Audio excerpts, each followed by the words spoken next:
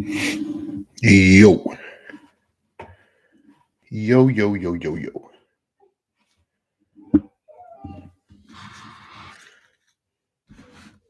I think my microphone's actually working this time. Maybe, maybe.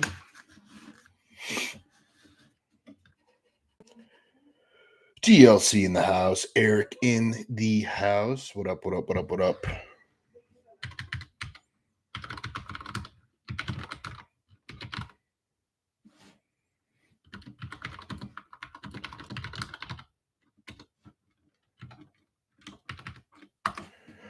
Okay. J Money in the house. Smalls in the house. Raymond Matthew in the house. What is up? What is up? We got all six of you in here. So that's a good start. John in the house. What up? What's up? What's up? What's up? Oh, let's see. Yo. Yo. We'll give it a few for people to pop in. The email did just go out, so we should have people coming in here pretty soon.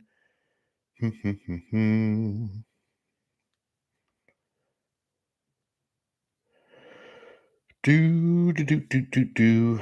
Let's see. Yeah, that email just went out. So we'll get some people cooking in here. If you guys have questions, please start dropping them. Start dropping the questions. Let's see. Raymond says, my back and hams still feel pumped. Yeah, for sure.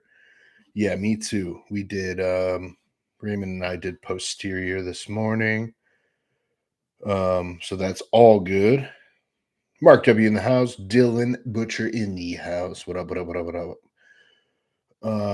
Yeah, if you guys think of any questions, start loading those in. We'll let a few people start to populate here, and we will get rolling. Who's been sick this week? Last 2 weeks? Let me know. Let me know in the comments about your well-being. Raymond says, bro, everyone. Zero sickness here. The body is churning, says Dylan. Yeah, Dylan's in a good spot. Don't jinx that shit. David Carey says, Crystal has COVID. Yeah, not a good one. Not a good look. I didn't even think that was a thing anymore. I thought it was all made up. And it's real. Fucking Eric. Sick for 3 weeks now. Holy shit, dude. Man, that is rough. I've had something lingering for I definitely was sick on Tuesday and Wednesday, like actually sick, where I did train, but I didn't do much. Um, and I've had something lingering for feels like 2 weeks now, just like on and off.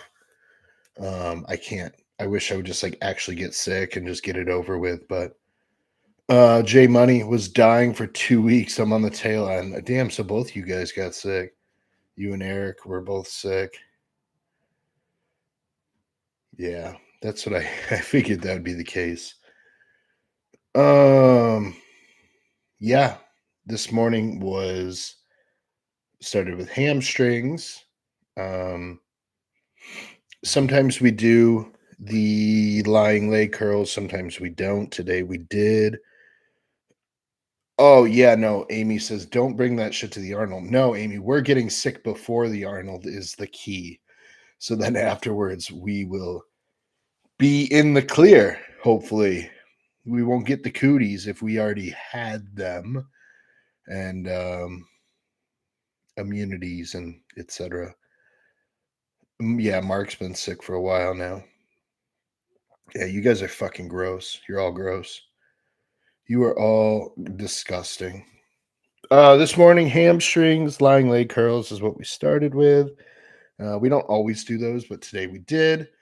Depends how we feel when we come in. If we are dragging a little bit, we like to get some blood in those hamstrings.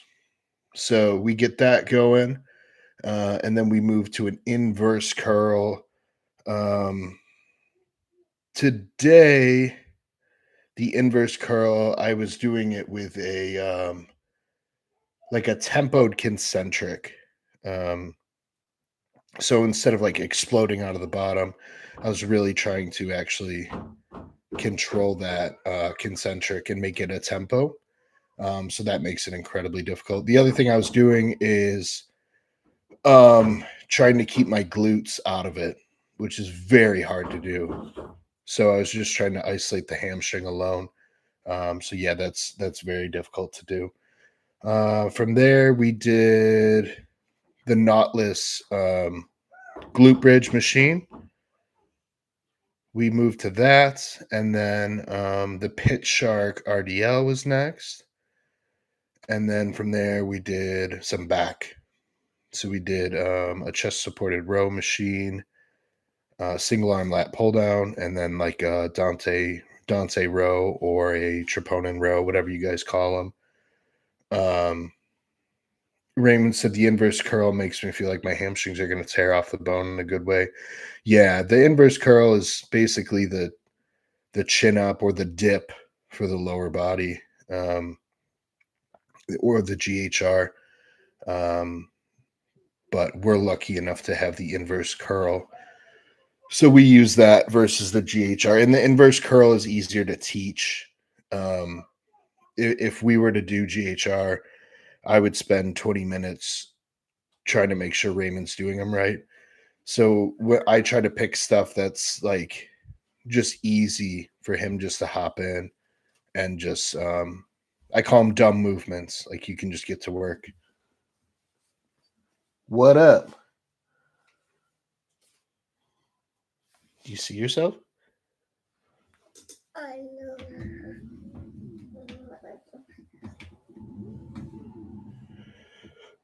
Oh, what did I miss? Amy said, "Don't bring that to the Arnold." Yeah, agreed. Raymond said, "Glutathione and vitamin C. Yeah, those can help." Dylan said, "Your bubble is looking nice. Good angle for the shoulders." What is my bubble? What do you? What does that mean?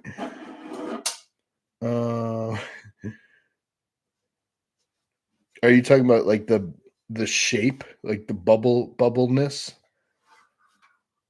Raymond says, let's see.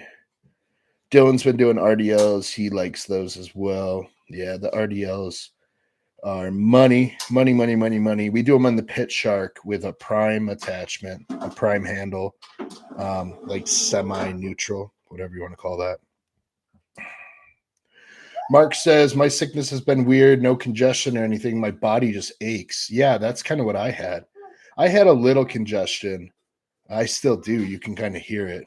I mean, I have a deviated septum anyways, but yeah, definitely some congestion. But yeah, my body was just fucking, man, felt like I got hit by a truck. All my joints hurt. Very weird. What are you saying? J Money. Speaking of tearing, coming back to the gym after being sick, everything feels like it's gonna tear. Yeah. Yeah, you gotta be careful with that. You like Raymond and I have been just kind of auto regulating. So like we'll kind of look at each other, be like, "You good?" Like we'll do like one or two sets. Did you get anything you need? Everything you need out of that, and we'll just be like, "Yeah, let's move on." It's like even though we might have 3 or 4 sets written in our program, we'll look at each other and make the agreement that yeah, we got plenty out of that. Let's just move on. So you got to make good calls there, Jay, and just make sure that you just listen to your body, like I've talked about before, and don't push anything that's not there. If it's not there, you'll know. You'll know. Yeah, I can tell. I generally can tell, like, my last feeder set before my first working set, I know if it's the day to push or not, and today wasn't, but we still had a great workout. Oh, Dylan says a shoulder bubble, full and yoked. Yeah, definitely some fullness on me. A little bit. I accumulated some fat quicker than I anticipated or wanted to, um, but that's par for the course. I think my thyroid's probably a little downregulated based off my last blood work. So I do think that the fat has come on a little quicker than I was hoping. But I mean, man, now that my show is November 8th or somewhere around there. So I mean, I'm I'm in the off season now, so I'm not beating myself up over it. I still have like I wouldn't call them glute lines, but to the point where they still have shape. And if I do flex in a certain way, you can see like a crevice, not lines by any means, not glute lines by any means. The lower stomach's kind of inflamed, um, and just you know, I'm just not stage lean anymore. That's okay. That's okay. I'm plenty strong right now. Training is going really good. Um, I am holding more water right now, and I'm trying to kind of trace that down. But it's not a huge deal. I'm not worried about it or anything. Just analyzing myself, but not to the point where I'm going to paralyze myself. Because like I said, the training has been going so good that it's just hard to disagree with it. And but yeah, the fat, I didn't wake up fat or anything like that, but the weight came back quickly, and I'm okay with it because, like I said, it really does make for good training, and my training's been really good. My blood pressure is a little elevated, a bit more than I like it to be. Um, so I will probably start slowing things down and pulling back on some stuff just to allow that to all balance and regulate. So, but yeah, training's been very good. So I mean, it's just hard to disagree with even if the look is a little unfavorable. Training and more food is what's going to build muscle. So if I have to gain a little bit of fat in that time, I'm okay with it. I know how to get the fucking fat off. It's not hard. It's not hard. ZR, my man, welcome. Thanks for being here again. This is now your second or third week in a row, so thank you. Starting a course with EQ this time, he says. When someone is new to using this to see how it will manage E2 or affect E2, have you had to use an AI in the first weeks while it builds up to manage E2 from the test? No, I haven't. I haven't personally. Um, and then he adds down here that going in at 600 tests, 300 EQ to see what my levels look like. Um, yeah, man, I think I think it's kind of par for the course that the first initial startup of the test, um, no matter what, you're going to have some sort of aromatization and it will balance out. But no, I don't think the onset of EQ is not as long as people say. The half life is certainly long. But I mean, EQ, people act like it takes like 8 weeks to build up in your blood. I just don't agree with that. I think the onset of EQ is a lot faster than people think. Now, does that mean that it's going to start inhibiting aromatase like in that onset period? I don't know for sure. But yeah, I would have no problem jumping right to 600 and 300 and rolling with it.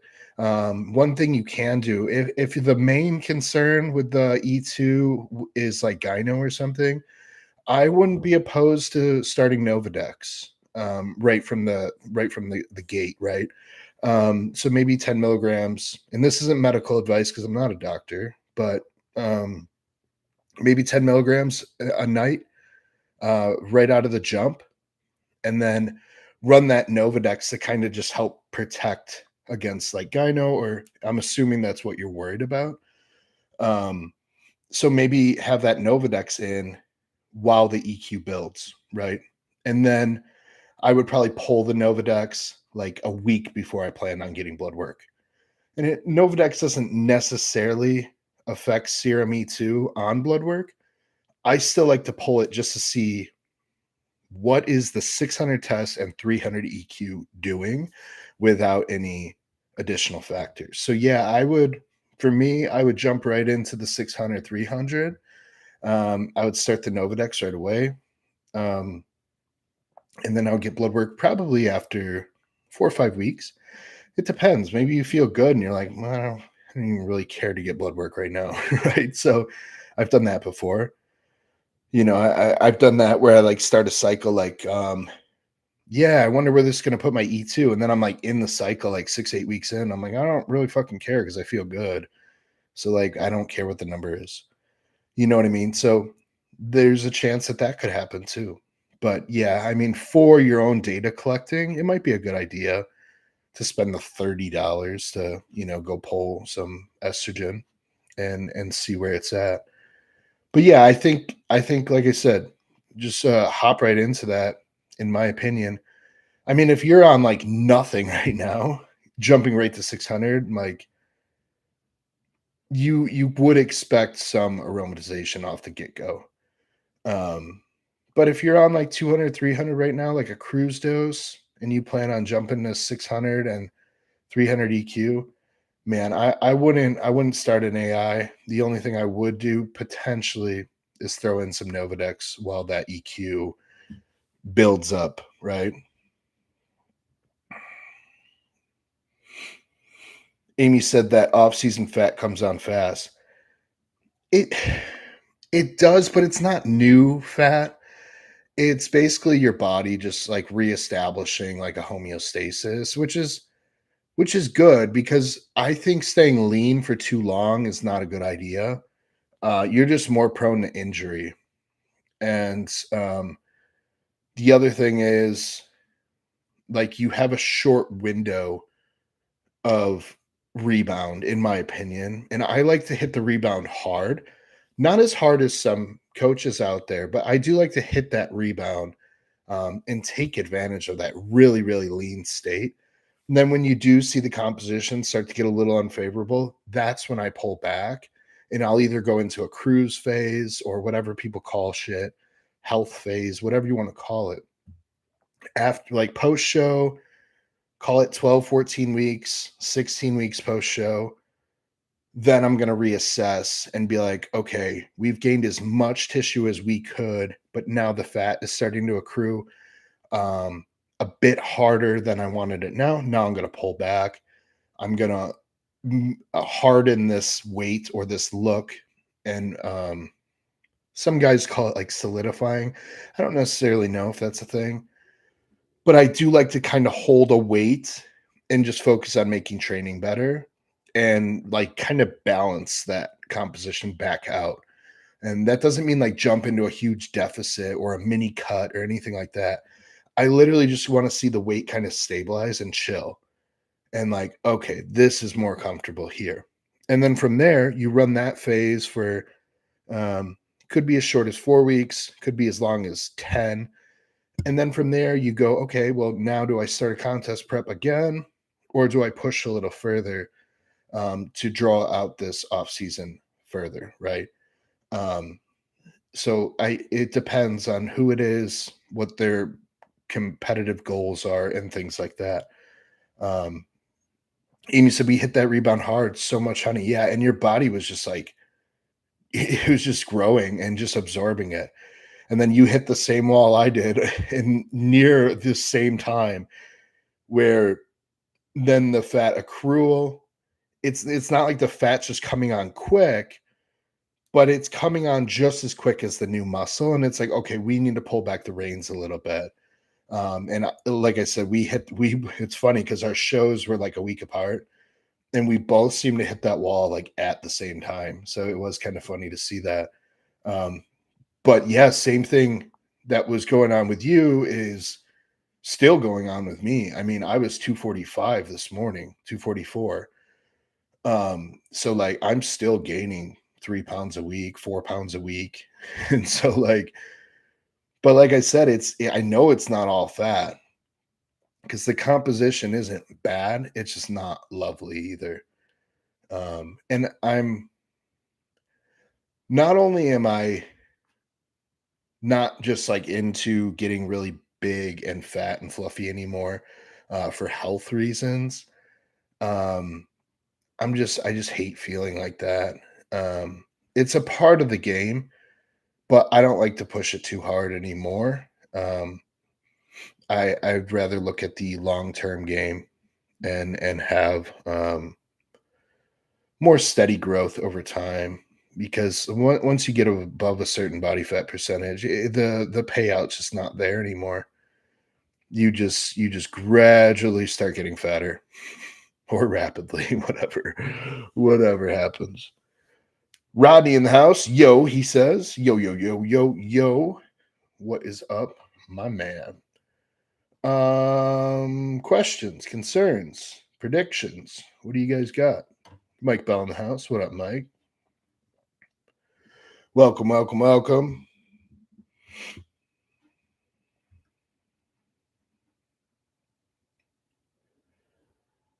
Do.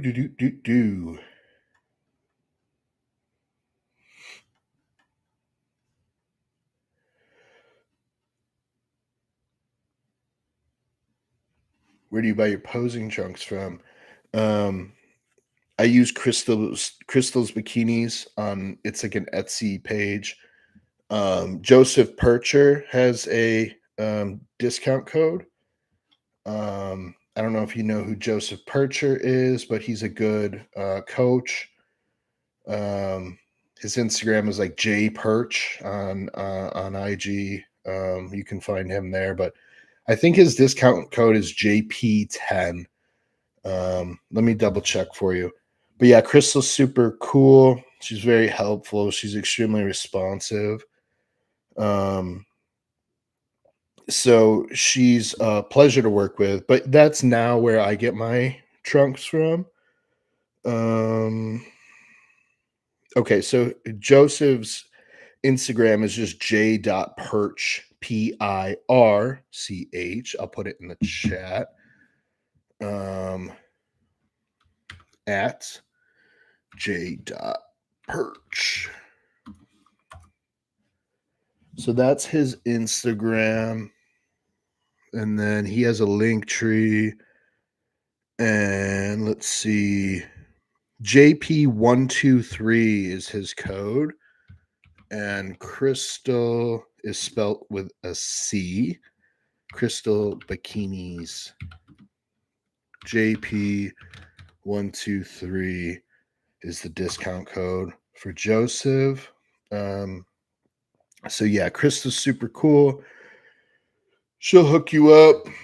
I would get those soon, Mike, because you're like 12 weeks out now. So start getting those picked out and ordered and stuff soon. She's pretty quick. I think it was like I don't know, 10, 12 days from me placing the order until they were here in my mailbox. The other thing I would do, if you have the budget to do it, I would pick out like 4 or 5 different ones in different styles and just see the ones that you like the most or that fit the best. Or I ended up buying like 4 and I only ended up liking 2 of them. And the other cuts and colors I just didn't like. So for prejudging, I do recommend black. Finals, you can wear whatever you want. But prejudging specifically, I do recommend black trunks for men. So yeah, just keep that in mind. Jay Money, this is a good question. He asks, how aggressive can you be in a rebound phase without doing too much too soon? Um, you know what, dude? Depending on how lean you get, like really how lean you get, bro, you can be fucking aggressive. And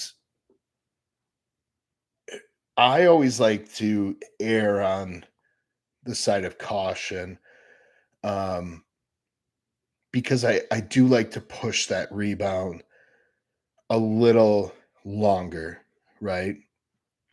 I think, and like, don't get when I say aggressive, the food has to be clean. You have to be hungry. You're gonna be fucking starving. The rebound is so awful. The appetite. There's no satiety from food. You're insatiable. Like I could literally eat my fucking arm off at any point post show. And I even had Retta in place still. And every time, no matter what, every show I've ever done, that post rebound, the rebound phase, the appetite, it's like unreal. It's literally like your metabolism is just churning on gasoline. It's nuts. So yeah, how aggressive can you be? Man, you can be pretty aggressive. I'm going to be honest. The food choices do need to be kept clean. What I do, Jay, like as an example, I will start typically someone's rebound at about where they were like 2 weeks out, 3 weeks out from the show. So I'll go back to that diet first, generally, see how they respond. Um, and then from there, I will um, make the adjustments needed. But like gear um, in the rebound phase does not need to be very high, in my opinion. Um, Normally, my rebound phase is probably 50% of what I ran during prep. Um, yeah, so yeah, the gear does not need to be high because the food is the driver. The food's always the driver, but even more so when you're so incredibly sensitive. I mean, man, food is gonna feel like gear. I promise. It's wild. It's great. It's great shit. I wish I could have that 3-4 week window year round. Like I wish I could feel that way year round. So yeah, push it, just be smart. Don't I would not do if you can, I wouldn't do any cheat meals until, 10 weeks out or 10 weeks into the rebound. I would really avoid cheat meals. Um, if you're doing a contest, after the contest, yeah, sure, have dinner with your friends and family. Maybe the next morning have breakfast. And then, bro, I would just get right back on your cutting diet plan, whatever that is, right away. Right away. I would not do any cheat meals until you're out of that like little precious window. That's just my opinion. I really don't like to see people hit shitty food hard in that time period.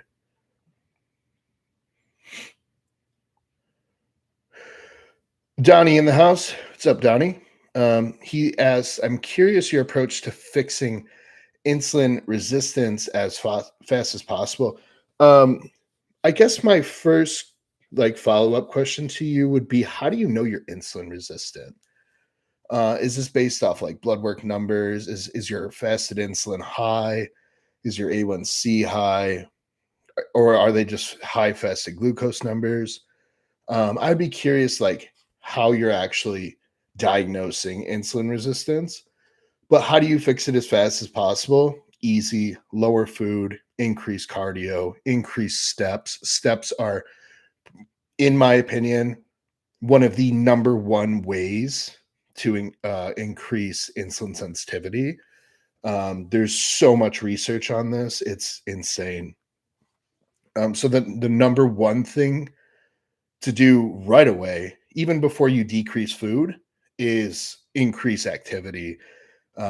Specifically coming from steps would be a really good place to add those in right away. Um, but overall, like fixing insulin resistance, I mean, losing body fat is a pretty good way to do it. And it happens very fast. You can get very sensitive very fast if you just start getting body fat off you. But yeah, my first step for you, um, and of course, like I'm assuming like sleep and hydration and like other things are in a good spot. Um, I hate making assumptions, but I would assume that. I mean, if you're following me, you probably live at least somewhat of a bodybuilding lifestyle. Um, so yeah, I would focus on increasing activity right away. Right away.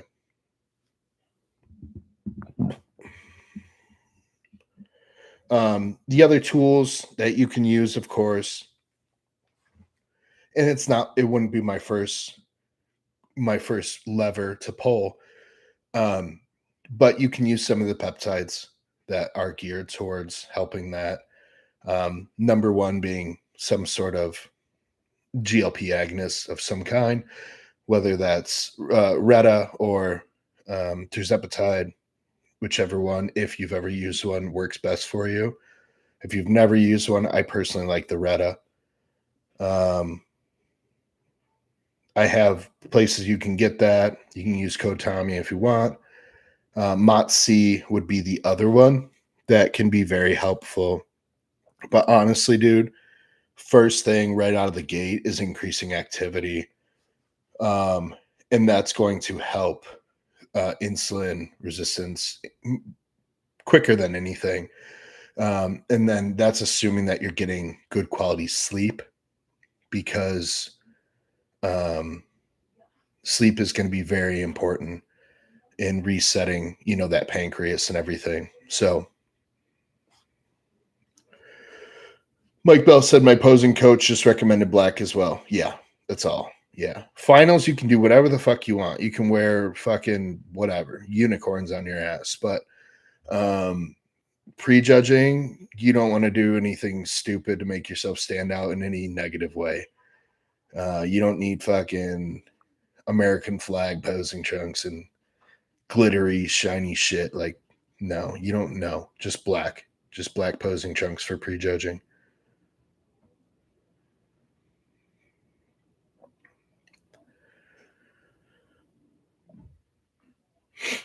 Yeah, Dylan, you should get some too. Yeah, I like Crystal's bikinis. And yeah, I put Joseph's code right above. Lee asks, I'm trying to tighten my TVA, his transverse abdominis is what he's talking about. Can we plank every day, or is it better to do opposite ab days? Is it better to do opposite ab days?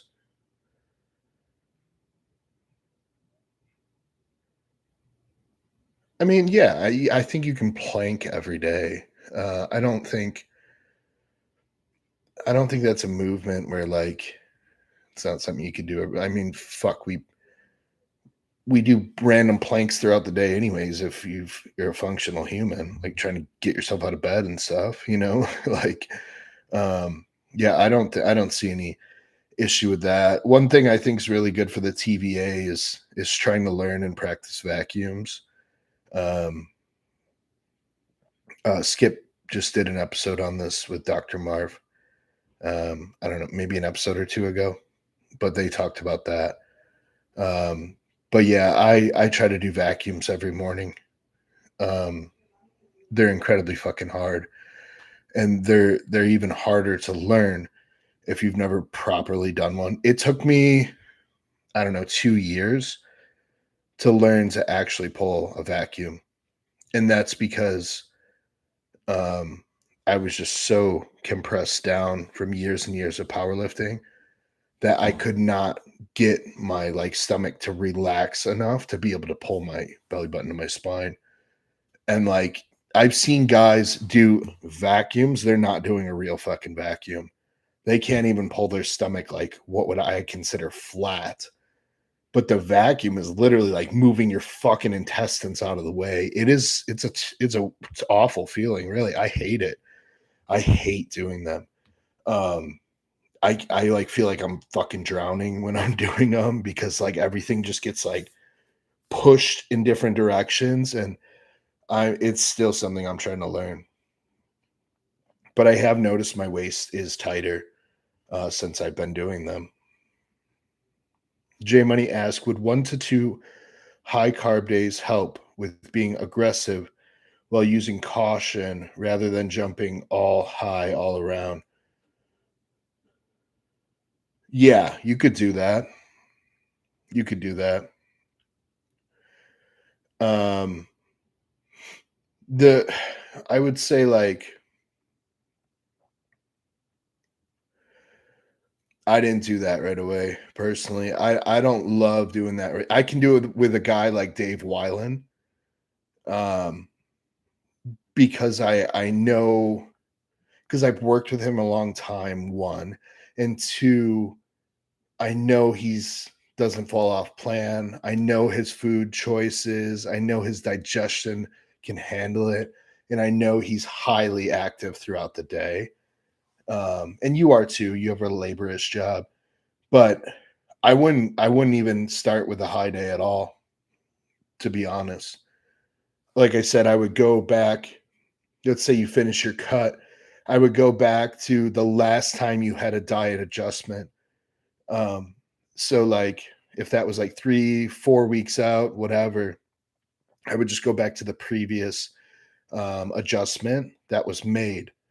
And then I would start there with really no high carb day, unless that was in the 3, 4 week out plan. And then I add high carb days strategically. So, um, yeah, I know some guys like the next week they'll do like 5, 6, 7 high carb days in a row. I don't love that approach personally. I don't like the edema that comes with it. I don't like what it does to the blood pressure. Um, and physically, when your body changes shape that quickly, you're very prone to injury. Um, so that's another thing to keep in mind. So, whenever, I mean, man, you stuff 1,000, 1,500 carbs, um, 7 days in a row.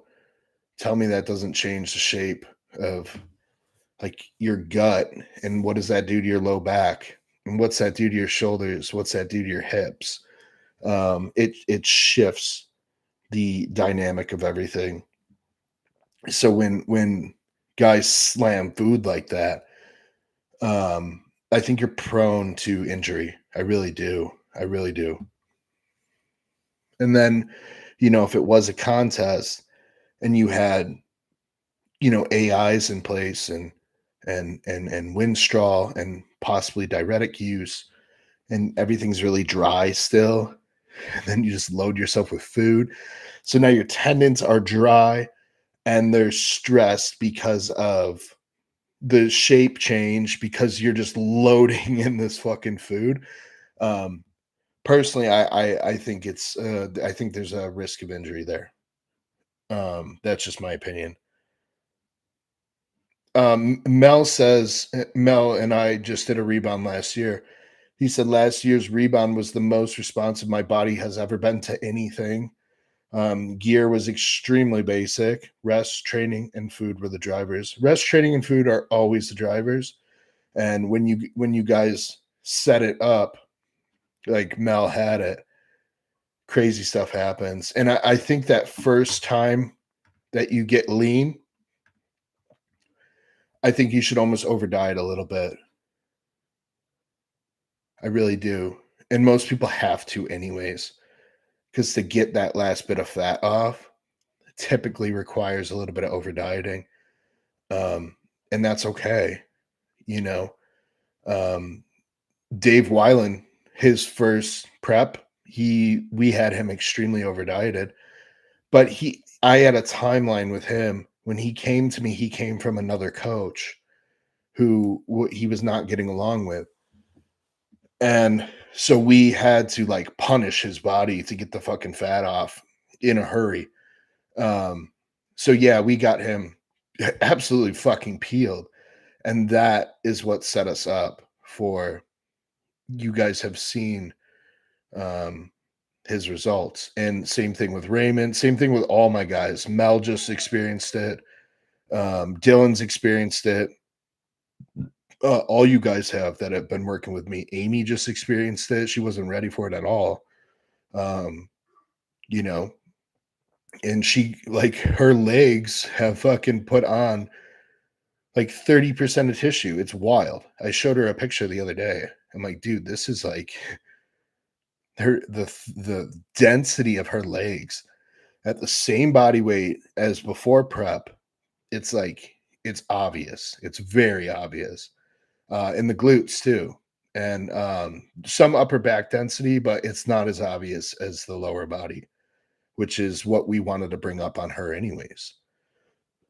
Um, let's see. Raymond said the first time properly pulling a vacuum is wild. Yeah, it feels terrible to be frank. Um, Joey says I can't do a vacuum because I'm fat. I don't think that's the case. And well, one, I don't think you're fat because I've seen your check-in photos. I know you think you are, but I think I'm fat too, and other people say I'm not. Um, but they're just liars. But no, Joey, I think you could potentially have some of the issues that I do with trying to pull a vacuum, and it's just being so compressed down all the time because you're a really strong dude. You hack squat like fucking 19 million plates each side. So I think like always being braced and compressed down, it is very hard to learn to pull a vacuum when you have constantly trained your body to be braced down on everything, right? You and I like to lift heavy. Um, in like squatting specifically, like a hack squat sitting on your fucking shoulders, you and I are both bracing as hard as we can.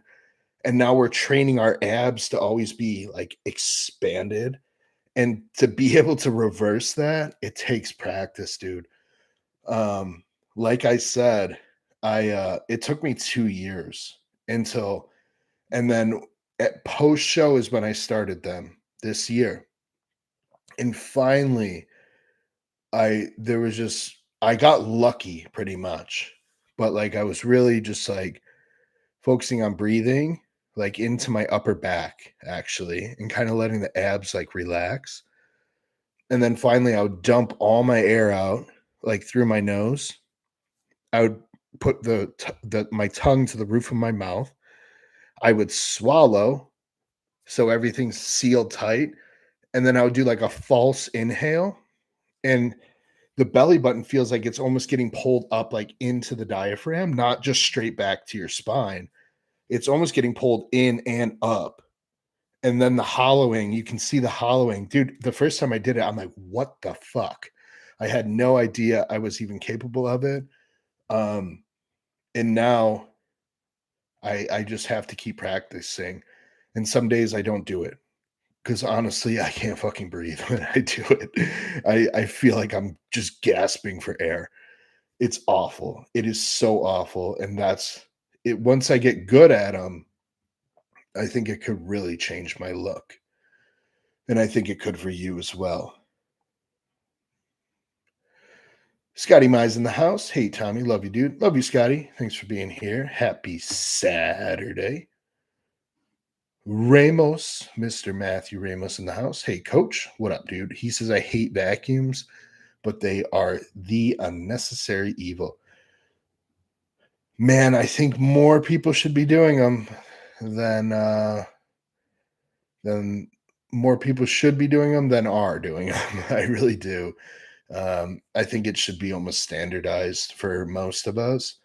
Um, and I really think keeping them in the off season should be mandatory.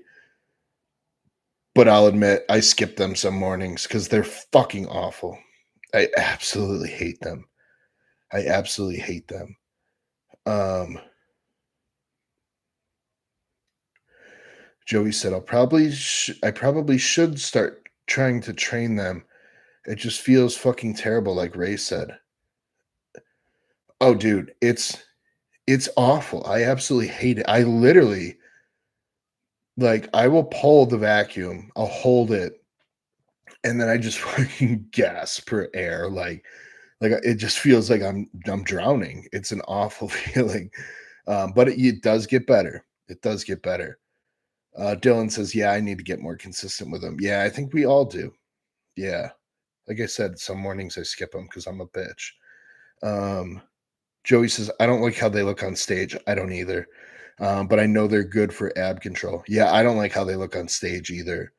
Um, I I don't love the look. Um, for like classic guys, it's fine, I guess. Um, but I don't know. I like seeing like abs and ab shots, like fucking blocky, like badass abs, like fucking go look at like Sean Roden, like Sean Roden's ab and thigh shot. Let me see if I can pull it up.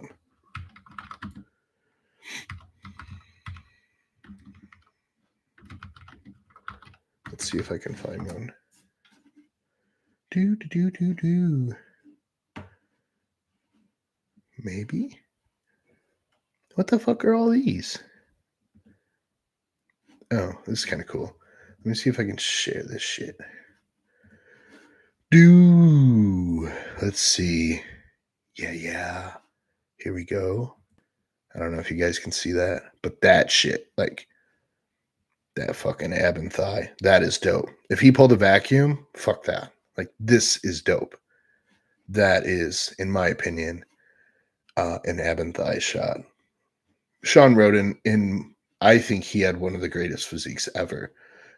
Totally my opinion, but I do. I don't know if you guys saw that or not, but yeah, I don't know why. Fuck you, Joey. uh, just someone way less fat than you. That's all. Nothing to see. Mm-mm-mm. Amy said, I love doing vacuums. Yeah, I think they're good. I think they're good. I don't love doing them, but no, Paul. The vacuum's not a pose. It's not a pose. Alex G said, I tried doing a vacuum once and absolutely fucked it up. Yeah, I tried doing it for 2 years and just continued to fuck it up. And then finally I learned it.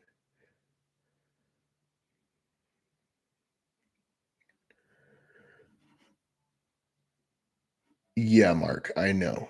I know it was black. So is the man I was showing. Sean Roden, rest in peace. Yeah, I don't know why it does that. There might be like a permission or something that I have to allow. Maybe. I don't know.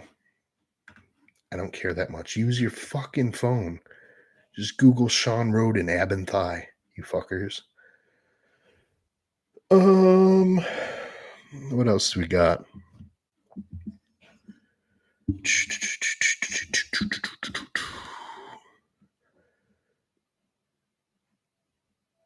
Marty in the house. What up, Marty? He said, I'm late. Not too bad. Not too bad. Thank you for being here. Um, Mike Bell says, if you can't do a vacuum, at least try to be mindful about breathing through your chest and not your stomach. Yeah. Yeah. While you're on stage.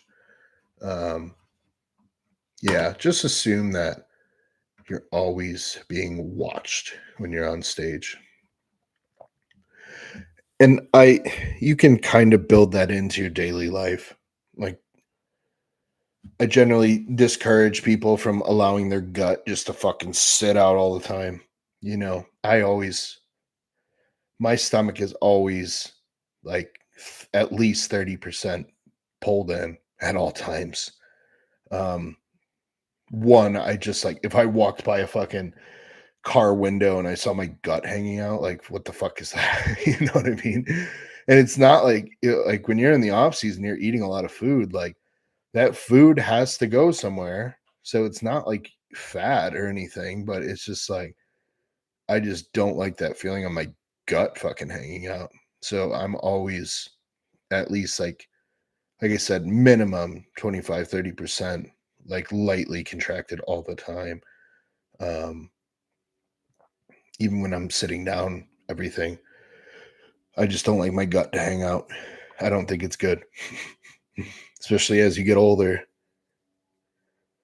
Especially as you get older.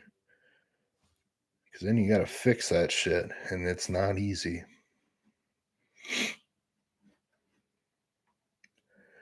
Vacuums. Do your vacuums. Yeah, yeah.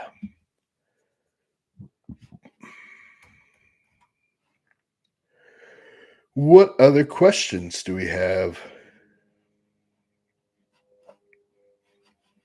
Guys, sign up for the email list if you haven't. TommyJohnCoaching.com. You'll get prompted by like a pop up. All you do is just put your email address in there. I'm not going to send you any stupid shit, but just little shit here and there.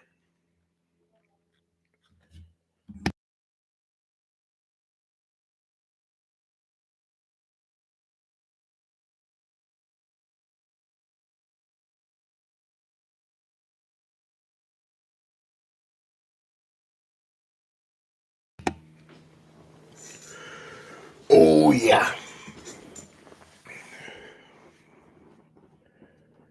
Let's see if I missed anything because you all are slacking on the questions.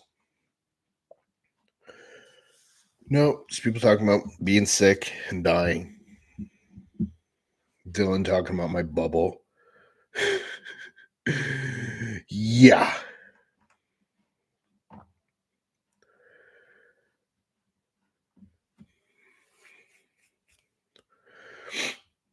Dylan said, I can feel myself going a little hypo right now. Me too. Me too, actually. Mark said, I've been practicing holding my gut in my whole life. Where I've been fat, always tried hiding my big gut. Yeah, I did the same thing, Mark. Paul says, not a question, but SLU PP 332 is gas. 100%. That shit's awesome. I fucking love that shit. I was able to run way less clen in prep this year. And one of the reasons was because of SLU PP. I really like it. And I think a lot of people can actually take it before bed and still sleep fine. There's not a lot of things that you can burn fat, take before bed and burn fat. You know what I mean? So yeah, I think SLU PP is awesome. Omega Amino, if you guys want to try that, code Tommy. But yeah, SLU PP, one of my favorite research compounds for sure. Absolutely. Um, and I think people got a little wild with the dose for a while. I don't think it needs to be run as high as people are running it. I really don't. I got great I got great results from it, and I didn't take it anywhere near the dose that people are taking it.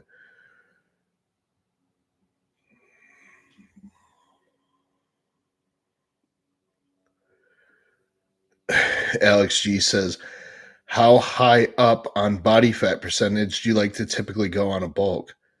I would like to not gain any body fat. No, I know what you're asking. The cap is 15 to 16% for a man. You should go no higher than that. If you do, you're a fat fuck. Absolutely nothing good happens after 16% body fat. You just get fatter and look like shit. And look like shit. And then you just have more fat to diet off. Silly. Yeah. 16%. Depending on how people distribute fat, some people hold it really well and even, from front to back, even left to right. Those people can get as high as 18 and get away with it, because you wouldn't be able to tell they're 18. I can. Um, but um, sorry, I was reading the next question. Yeah, certain anomalies can get it up to 18 and still get away with it. But yeah, nothing good happens after that shit. Nothing good happens after that. You just get fatter and blood markers get worse. Um, everything like that. Everything like that. Dylan asks, what are your preferences and do you each have a better use at certain times? What are you asking about, Dylan? Sorry, did I miss something? I might have missed.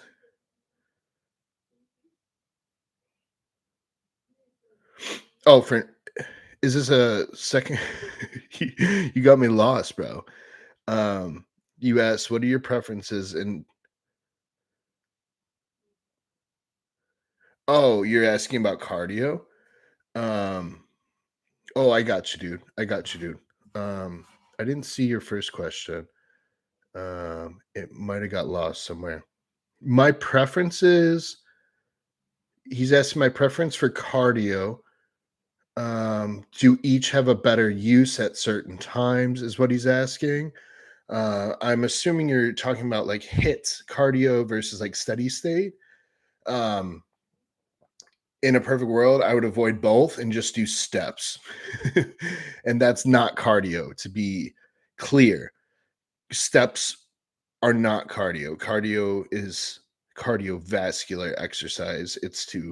There's a threshold that type of exercise is determined by that threshold, right? So, in order for something to be quantified as cardiovascular exercise, you need to exceed 120 beats per minute and it needs to be kept there for longer than 20 minutes. That is actual cardio.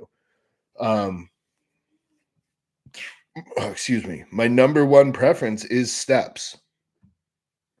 Um, and then I have to be clear if you're talking about for me or for clients. Um, I generally use steady state with most clients. Um, intervals only for people that I know they know how to do intervals and they're actually going to do them hard. And I think women do really well on intervals. I think off season intervals are very good. And I think natural bodybuilders do really well with intervals. So those are kind of my preferences there. Um, and then people who have high resting heart rates, intervals are going to bring that down quicker, as well as blood pressure. I think intervals are very good for bringing down blood pressure, um, which is another reason I like to use intervals in the off season. The other reason is intervals in the off season will keep appetite high and nutrient partitioning better. Better. I hate that fucking word, but I didn't have another one for it. So, for natural clients, what are your best ways to pull water weight when needed? Vitamin C, vitamin B complex, the natural stuff, dandelion root. Um, there's like Erase Pro, which is you can get it on Amazon. That's a good way to pull water for naturals.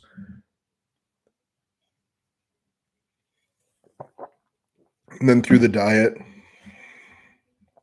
um, you can dry people out through your diet choices that you're making. So a lot of the times I will sometimes pull stuff like cream of rice because it is cooked in water. And we're talking about like the last few days of a show. It's not something I would do like 3 weeks out. Yeah, you can't have cream of rice because it has water in it. Like, no, we're talking about peaking.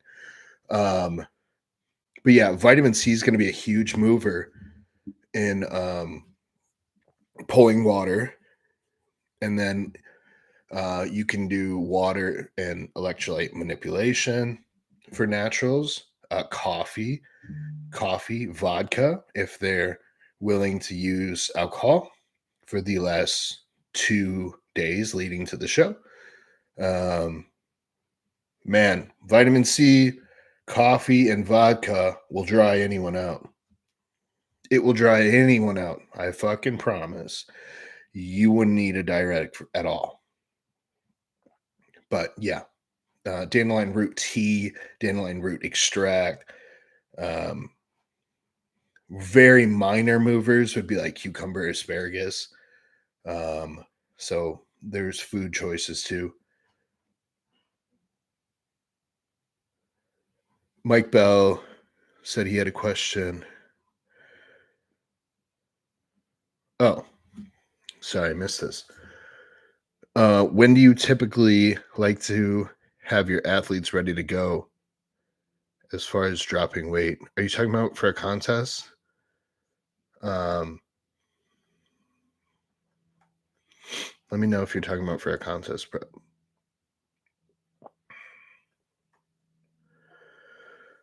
I hit that one.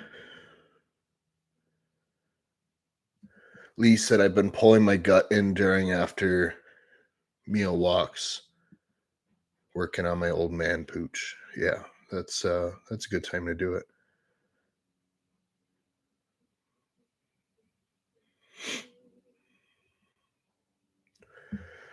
Mel asked bulk food prep ideas. Have you ever tried bulk prepping egg whites? No, I would never eat egg whites because they're fucking gross. I know some of you guys eat them, but I would never eat them. They're disgusting.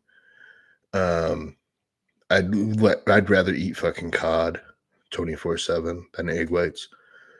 Um, Bulk food prepping is easy, dude. It's easy. All you do is instead of cooking a small batch of food, you just cook a lot of it. That's literally all there is. I know that's not like a sexy answer, but the best way to bulk food prep is to have several implements going at the same time.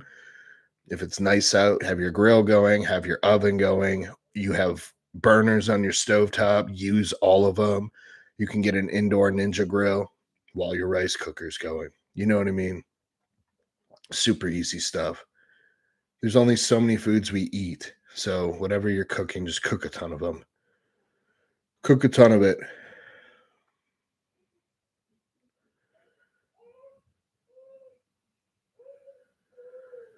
Um, Amy's got one here. Non-bodybuilding question. Thank you. Love it. Oh, fuck this, Amy. Fuck this. 5 songs that would be on the soundtrack of your life. This is the hardest fucking question anyone's ever asked me. I literally could have a panic attack right now if I had to only pick 5 songs for the soundtrack of my life. But to be fair, Closing Time by Semisonic would probably be my nighttime song to wind down for the day. Um, I really have to think about that, Amy. To be limited to only 5 songs is crazy. Absolutely crazy. Like, I just had 8 past my head. Like, you know what I mean? It's like, holy shit. Yeah, that's nuts. Dylan asks, to continue on cardio talk, what are the advantages people miss out on with CV cardio that they don't even realize? I mean, man, just cardio is it's so important to it's literally for your heart. Hi. Hi. Yeah, it just like it should be obvious that like cardio should be essential. Not everyone does it all year round. Some of my athletes don't do a ton of it. Um, but man, I mean, some of the advantages would be one from a physique standpoint, just keeping body fat lower. You know, that's like that should be a primary driver to motivate people to want to do cardio. But um, I think it keeps appetite high for as long as possible. And when you say cardio, I will include steps in there because they a lot of the stuff that steps do, cardio does too. But you can't replace your cardio with steps for a health standpoint. For a getting in shape standpoint, yeah, you can. I'll be honest. I'll be honest. But yeah, nutrient partitioning, cardio can help with that.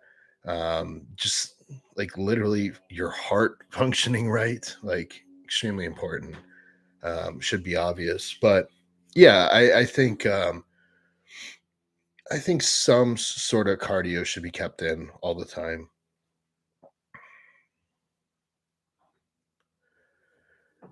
Amy said interval cardio in the off season hits different. Yeah, it does. It does. It's good though. Hi. Um, Dylan in the house, stopping in to say hi. Off to CVS. Thank you, Dylan.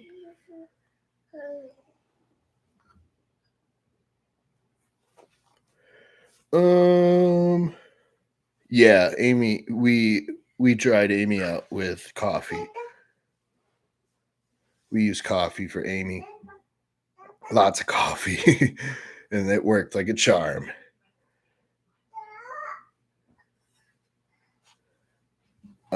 Mike, I forgot what you're saying yes to. Oh, sorry. He asked how, like, what something about getting people ready like early or something along those lines. I don't think it matters. I think you just need to be in shape on show day. In a perfect world, people would be ready 2 weeks early. And then you have a 2 weeks to kind of find your favorite look and weight, and then you dry them out, fill them up. Um, it doesn't matter. All I care is that on stage they have their best look. So if they're ready 3 weeks early, 4 weeks early, you don't get extra points. The judges don't know. It doesn't fucking matter. All that matters is when you stand on stage, you brought the best look you could. I think coaches use that as like a selling point or like a pat on their back. Like, oh, this dude is ready like 8 weeks out. It's like, cool. No one fucking cares. Then the guy goes and loses anyways.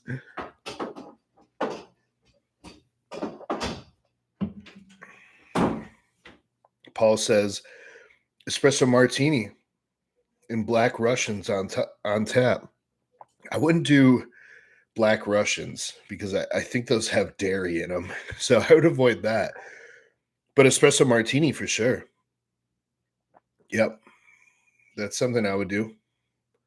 And I'm not a drinker, by the way. But for my contest prep, I did use some coffee with vodka in it. Yeah. Yeah, yeah, yeah, yeah. David says bulk prep egg whites are rubber.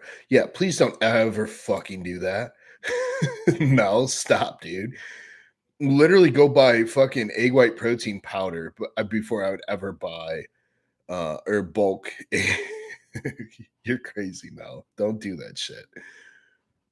Just ask me to change the egg whites to something else so you don't fucking do that. That's wild. And don't egg whites take like 30 seconds to cook in a pan? Why are you prepping those bitches? Knock it off. Small says, excellent ghost choice, highly anabolic. You know, when I sent you a picture like 5 weeks ago, this is this is that same one, dude. Cause like I never had the balls to fucking drink it. Cause I told you I hate fucking cherry limeade shit. It's actually pretty good. It's pretty good. Yeah, it's the same one that from the day you fucking told me to buy it. Yeah, it's good. It's good. It's good. I approve. Mel says I'd eat chicken and rice all day. Don't you anyways?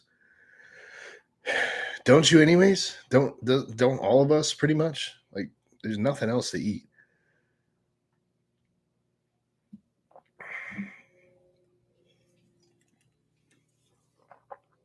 Which I also don't agree with. When I say that, I'm just being obnoxious. I do think we need more foods than chicken and rice. But I think those are kind of the staples that we all fall into. But I do think there needs to be some diversity. Like throw some nicotine in there and ghost, and then you're good. And Anadrol. Okay, I gotta pee. I need 3 questions by the time I get back. And I pee really quick.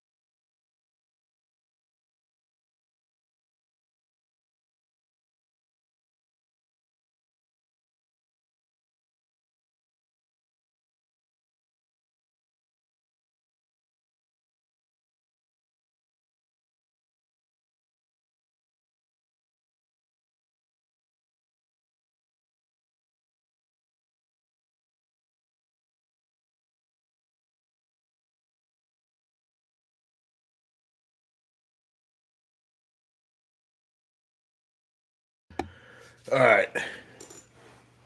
Oh, Dylan's got one. God, Dylan's the only contributor. Some of you guys suck. Amy, you're all right too. um, favorite cue for quads. Interesting. Interesting. Man, this one's fucking hard because there's 4 of those muscles. So my cue would I would have several cues. It's hard to pick one. Um, here's the problem. Like one of my favorite cues for training my quads is foot pressure. But on a leg extension, you can't do that. You see where I'm having trouble? But like on leg press or like a hack squat, I'm thinking about so like here's the platform, here's my foot. I'm thinking about this upward pressure, almost like I'm holding a light leg extension the whole time. So almost like I'm trying to push my toes to the front of my shoe. So if you can imagine that. So I'm holding like an active leg extension the entire time. And then I'm thinking about the center of my foot and the whole entire foot having pressure as opposed to like just the heels or just the balls of the feet. I want that whole foot in contact the entire time. And then I want a light upward leg extension, almost like if the platform was slippery, my foot would slide right the fuck off it, right? Hopefully that makes sense. Hopefully that makes sense. Mike Bell asks, "Can I have some Anadrol?" Not yet. Maybe we might add it for your peak if you have it. Alex G. Zyn Rogue pouches had me on a chokehold for a bit. Here's another good one from Dylan. Tips for better activation of hammies in your back poses. So that tip I just gave of that active leg extension feeling, like on a leg press, for example, you would do the opposite in posing your hamstrings. So you would actually pull backwards like you're skateboarding, like you're pushing a skateboard, right? Well, this foot's planted on the skateboard. This foot is pushing. So my point is like you're trying to pull the floor away from you. And then you want to curl your toes into the ground. And when you curl your toes, that will kind of bring out the separation in the hamstring. And then as you pull the floor away from you, that will bring out more pop. You can, I can even do it on the floor right now. So I plant my foot, I curl my toes, and then I'm pulling my heel towards me. So you can try that right now and you will feel your hamstring right away. Good posing coaches on Instagram to watch. I don't watch any of that shit. If I'm being 100% honest, I try not to even look at fucking bodybuilders on Instagram. They come across my feed, of course, because of me being involved. I don't watch any posing coaches. I have no recommendations besides Kenny Wallach, and he's the only one I've actually worked with. I'm sure there's a million fucking good ones though, dude. I'm sure there's a million. That seems to be like the new niche. John has one for you. He said Sid Ray. I think it's Ray. I don't know. I've heard of him. Yeah. Pretty sure he just smokes joints while people pose for him, which is cool. I don't care. Dude makes a good living off it. Oh, this is a good question from Paul. Are there any blood markers you pay closer attention to during a dieting phase? Yeah, I think the thyroid is one to watch. I think the thyroid's one to watch.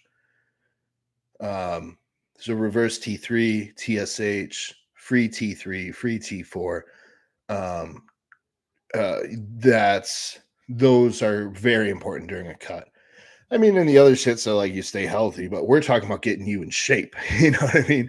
And then estrogen, if you're like peaking or you're prepping for a contest, estrogen would be another one that I would want to know. It's not like I'm gonna hold it dear and near to my heart because I'm gonna smash that motherfucker come show day anyways. That bastard's going to zero. So I don't give a fuck what it is. But if you're still like 12 weeks out from a show, I would want to know where my estrogen is. And the other hormones as well, progesterone, prolactin, depending on what compounds you're running. But thyroid, I think, is a huge one, an absolutely huge one.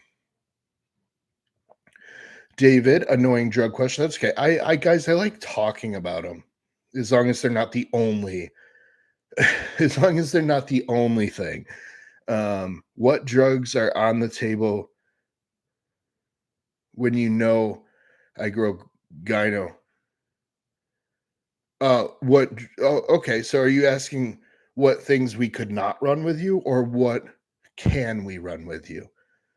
Um, because if we know that Tren gave you gyno, we can assume that DECA, NPP, meant all those things are probably going to do it too.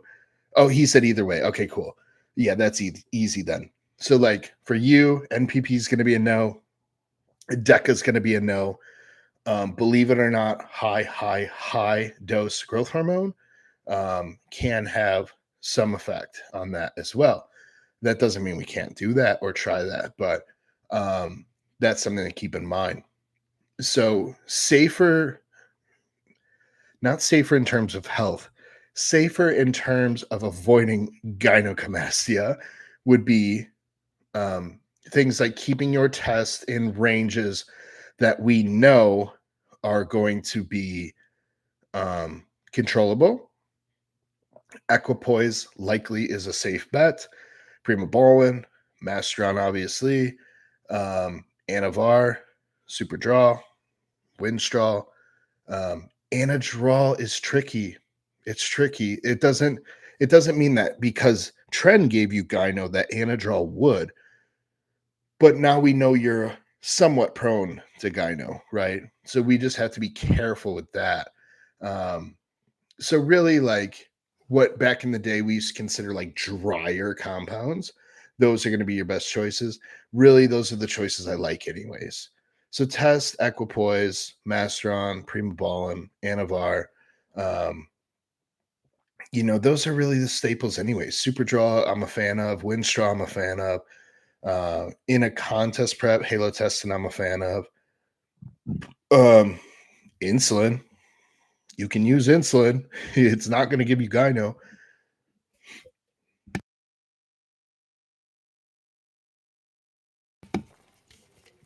Um, so yeah, we still have a lot of options. At the end of the day, you don't need that many options, anyways. You know what I mean? Um, but like if we were going to do a contest prep, or when we do a contest prep, we don't need to even use Trenbolone. We could really try something, you know, just completely keep it out. Or, I mean, man, I've had good results with DHB, and I don't think it's a trade for Tren. I think Tren is very unique in what it does, and it has properties that really no other drug does. Um, but really, like, I would probably just keep all of that out. And like, if we were going to do a contest, I would stick to, for you, testosterone, Brimbalm, Masteron, Windstraw, Anavar, Superdraw, Halo Tested. Like, those are things that's our toolbox. It doesn't mean they're all going to be in there. It would be cool if they were, but it doesn't mean they're all going to be in there. They'll come in and out at certain times and whatever else, right? Um, so yeah, your toolbox is still big. Trend gets more credit than it deserves. This year, I didn't go over 10 milligrams a day. We might have got up to like 15 the last week, but yeah, like it's fucking nothing. You can't even see it on the fucking syringe. So I don't even know if it's in there. I don't even know if it's in there. So yeah, boring stuff. Okay, from Joey, Ben has me doing blood flow restriction for my quad work today. How much is he said, how much is it going to suck? Bro, it is like it's torturous, dude. It's torturous. And he wants you doing it on extensions, hack, leg press.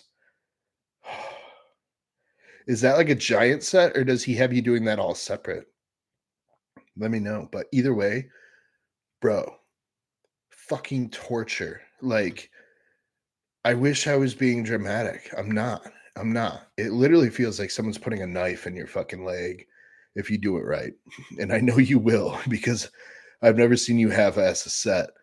Um, bro, it's literally fucking torture. And like you guys know that feeling like during a set,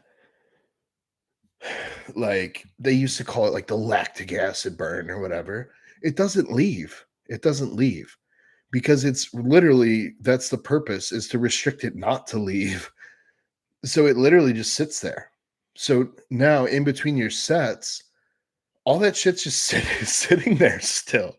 It's unbelievable. It's absolutely like those calf cramps you get in the middle of the night.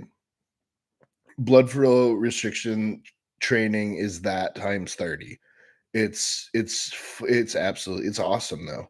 And for you, Joey, it's going to be really good because you're not going to be able to use as much weight, um, which you need to pull back on some of the weights that you use.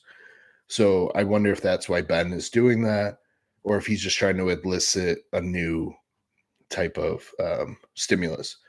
But yeah, it's gonna be super good for you. I'm extremely excited. You'll have to let me know how that goes.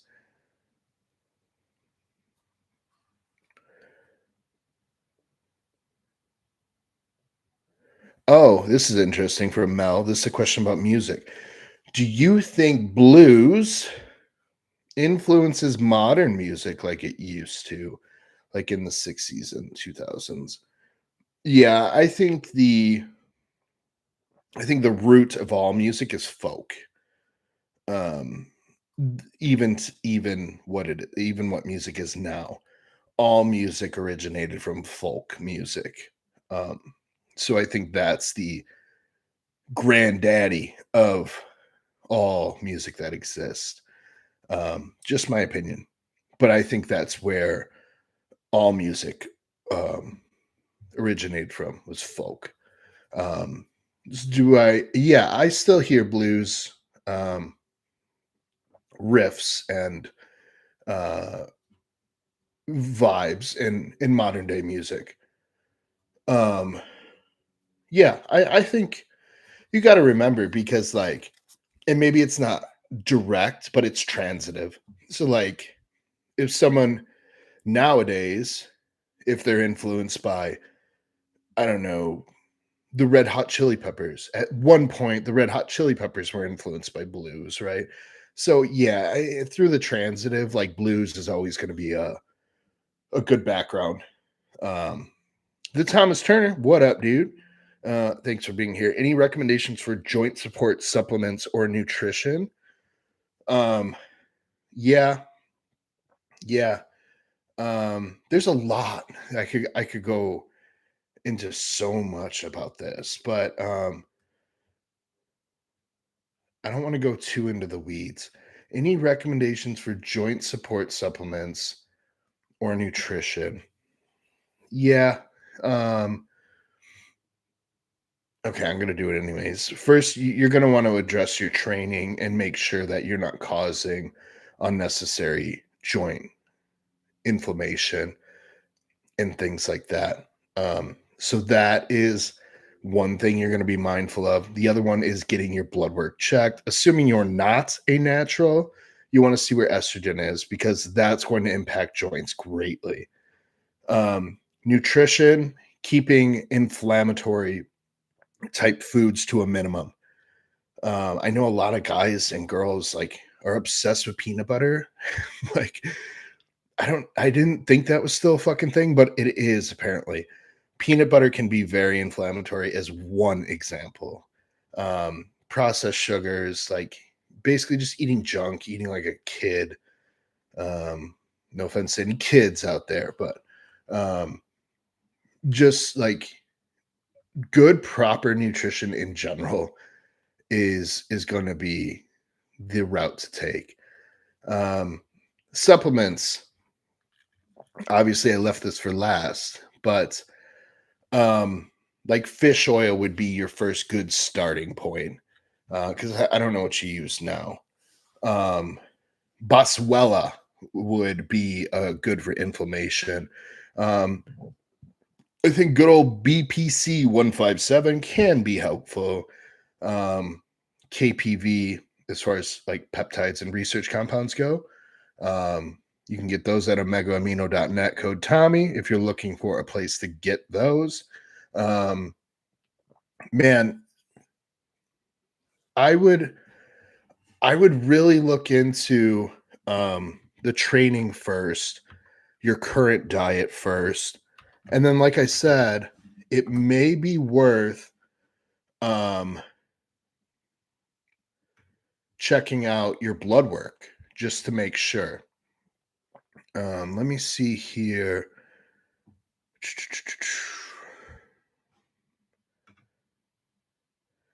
The other place, like if you are trying to add a supplement, Leviathan Nutrition. I'm also affiliated with them. Obviously, they have a joint supplement.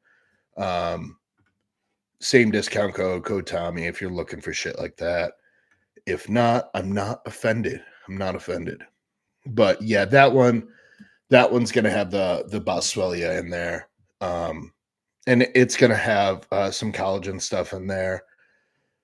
Um, things like gear, like I don't get a ton of relief from like NPP or DECA like people say they do. But those supposedly can help. I've just never personally got a lot of relief from it. Anavar is another one that can supposedly help. Again, not one that I've gotten like relief from. The biggest mover is going to be um, your training. Make sure you're not just banging the fuck out of your joints, and making sure your diet isn't full of inflammatory type shitty food. Um, Smalls ask, have you seen? Hopefully that helps you, Thomas. Sorry if that was just total waste of your fucking time. Um, Smalls, have you seen any significant improvement in lipoprotein A using things like ezetimibe? Or statins. I've never used a statin ever. Um, and like if my clients are using one, they came to me on it. So I didn't see the difference from where they were based off where they are now. Um, so yeah, sorry, dude. I don't have an answer. I've never used a statin besides like red yeast rice, which isn't like an prescribed statin. It's just like an over-the-counter supplement. Um, but yeah, I've never used ezetimibe. I've never used any type of statin. Luckily, I've never needed one. Mike Bell says Primo and Mass are so damn expensive and hard to find. Mass used to be dirt cheap. I mean, I don't know.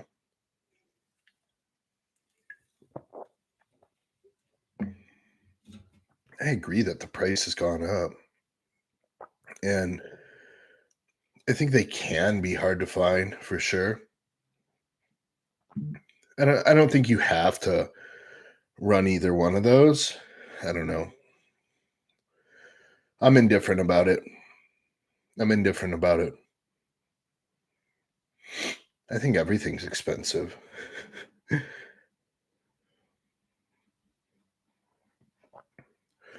Mike Bell says, "Love me some Bob Dylan." Oh yeah, Bob Dylan for sure. Absolutely. Scotty has a good posing coach here. Justin Badurina, Badurina. So yeah, you guys can look up him, um, and he might have some tips and tricks and stuff like that. So yeah, Justin Badurina. I don't know if I'm saying that right, but it's Badurina. You can probably find him on the Instagram. Scotty said he's a good person. He'll help you a ton. So yeah, if when Scott calls someone a good person, that actually holds value in my eyes. Because Scott's not going to say that about anyone. So that's good to know. Um, okay, here's another one from Dylan. Thank you, Dylan, for contributing. Okay, what is your take on the bodybuilders who spam peptides but still struggle to do the simple things? Oh God, seems like they're missing the big. Oh, fuck me. Seems like they're missing the big needle movers in those ways. What is your take from Dylan? This is from Dylan. What is your take on the bodybuilders who spam peptides? Guys, if anyone's old like me, spam, you should know what it is because it's still a common word. But the way he's using it is he means people are taking a fuck ton of random peptides, like in high amounts, but still struggle to do the simple things. By simple things, he's talking about sleeping, like good quality sleep, and with high quantity as well, going to bed on time at the same time, waking up at the same time, getting the fuck out of bed and just getting your day started instead of snoozing and scrolling your fucking doom scrolling your stupid fucking Instagram feed of other men. Seems like they're missing the big needle movers. They are, bro. They are. They are. Even before the drugs, dude. Even before gear, they're missing the big needle movers. We all know the big needle movers, but for some reason they get glossed over. And I don't want this to turn into something really negative because I try not to make any of my content that, because I think it's a bad look when coaches get their views and their likes from like being negative, like no one trains hard anymore and everyone wants to run peptides. Like, stop it. Shut the fuck up. Just focus on your own shit. Just shut up. So I try not to get too crazy with this. Um, my take on it is it's crazy, dude. It's crazy, but it's not new. Um, it's nothing new. This happened with this has been happening forever. And it started with over the counter supplements at GNC. And it starts in as early as high school. It starts as early as you start lifting weights. Like guys and girls will train, let's say they're training hard. Let's give them that. They're training hard 4 or 5 days a week. They're partying on the weekend. We're talking about high school kids here, okay? So fair. Partying on the weekend, smoking weed, drinking, eating shit. Um, and they will spend their entire paycheck at the vitamin shop or the GNC and buy all the supplements. Um, and then it moves on. They graduate, they move on to be older, young adults. Um, now have a career, more money to waste. And they still never figured out how to eat. Um, they still do train hard. I will always give people that. I don't give a fuck. Let's say they still train hard. Maybe it's not good training, but it's still hard. Um, they will continue to spend money on those other things before things like hiring a coach and getting their nutrition dialed in, sleeping. Like, guys, the big movers have never changed. It's always been sleep, training, food, drugs, gear, sleep, training, food, gear. In that order, I don't know. I'm not putting them in order. I'm just saying the big movers. Sleep, training, food, gear. You know, do peptides have a place? Fuck yeah. They're awesome. They're awesome. Because if I can take peptides that are going to keep me healthier so I can run more gear and eat more food and sleep better, like they're supplementing my big movers that I'm already fucking doing. That's why they're called supplements, right? You're supplementing the things you're already doing. So if peptides can keep my blood work better, I can run more gear, or I can run gear longer, or I can take whatever, different kinds of gear. And I can eat more food if I'm insulin sensitive because you know, I could ramble about this, and like I said, I'm not going to. And guys, this is coming from a person who makes money off peptides. I openly make money off peptides. I openly use peptides. I absolutely love them. I think they're great. I think a lot of people jump to them, waste a fuck ton of money, and they're missing all of the actual big needle movers, which need to get taken care of first. And then once those things are dialed in for more than fucking 2 weeks, right? Then you can go to omegaamino.net, code Tommy, and buy all the fucking peptides you want. So I can feed my son.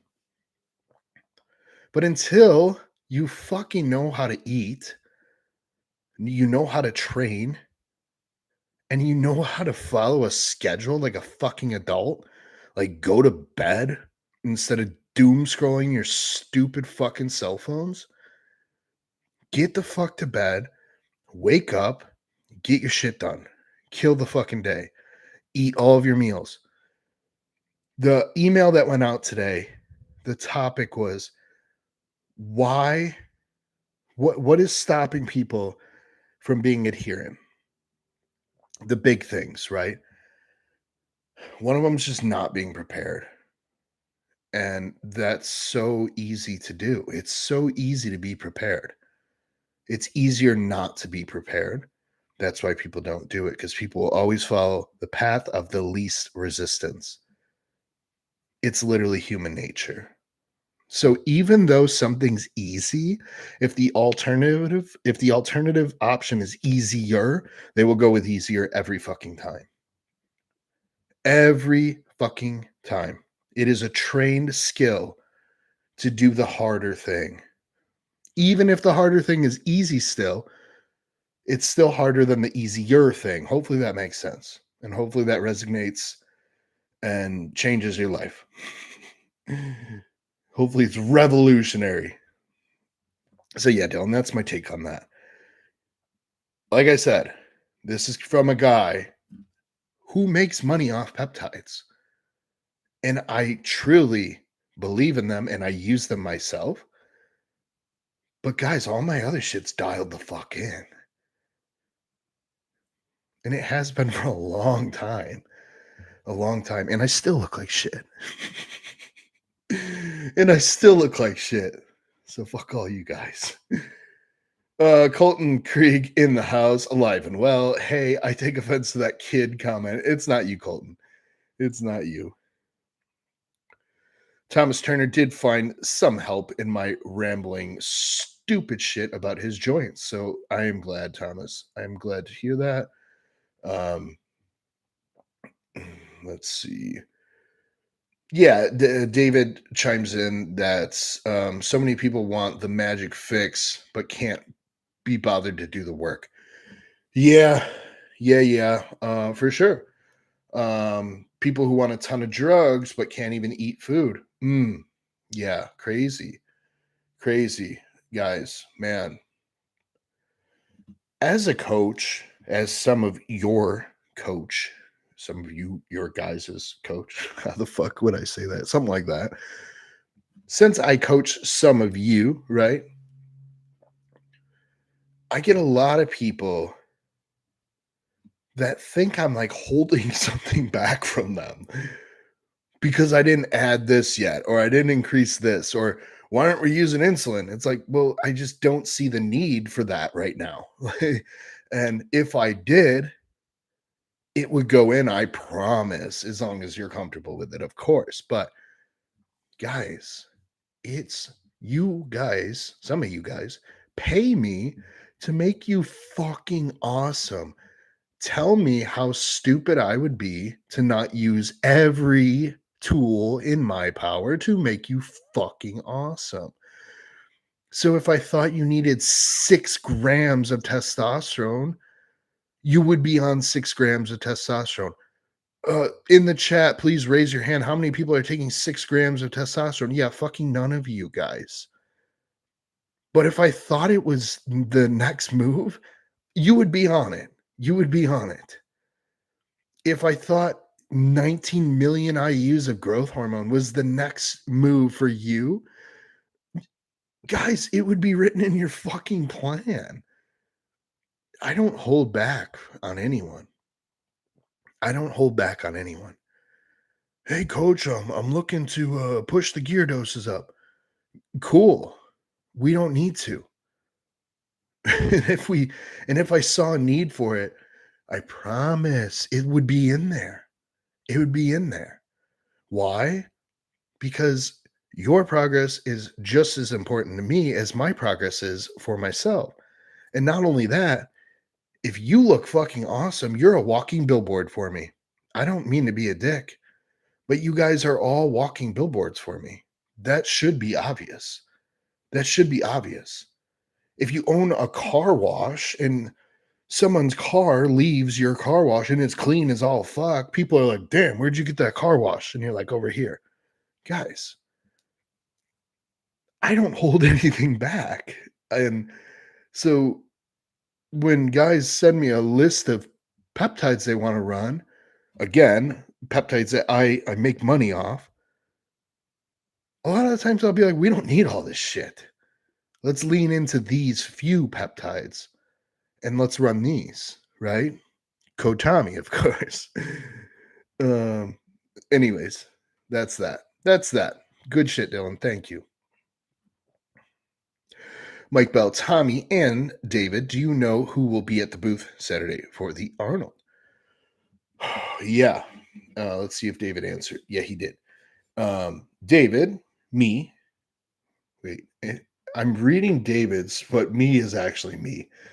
So let me read it like this: David, Tommy, Chris Massaro, Chase Irons Fitness, Ray Matthew, and our ladies as well. So it's going to be Andrea Massaro. Shout out to her. Madison. I don't know Madison's last name. Sorry, Madison, but she's fucking dope. So she'll be there. Yeah, our whole crew will be there. It'll be a ton of fun. Some of our crew, a lot of our crew. And Nick Walker might stop by. So that would be cool. We might get some Vigorous Steve. I'm pretty sure he might be coming. So those guys might pop in and out. So lots of good stuff.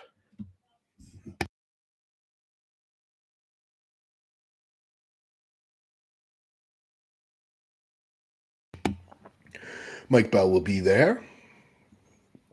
Got the early pass to get in there and meet you guys. Cool, dude. We'll see you there. Yeah, it'll be a ton of fun. Paul says, chasing magic solutions propagated by clowns on social media. Yeah. Instead of the basics, guys. Man, the basics. Oh, the sweet fucking basics, man. Oh, I love it. That is bodybuilding, that basic shit. That some of that boring shit that you gotta fucking love. You gotta love.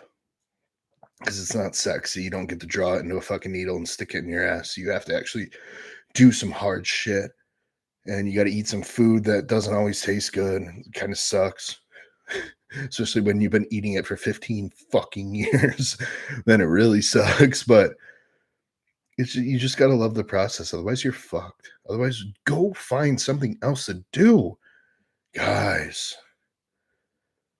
go drive fast cars. Stop bodybuilding. Stop wasting your money on all this shit and go buy a really fucking cool car. That's what I would do. That's what I would do. If I was to quit bodybuilding today, guys, I'm buying a new car.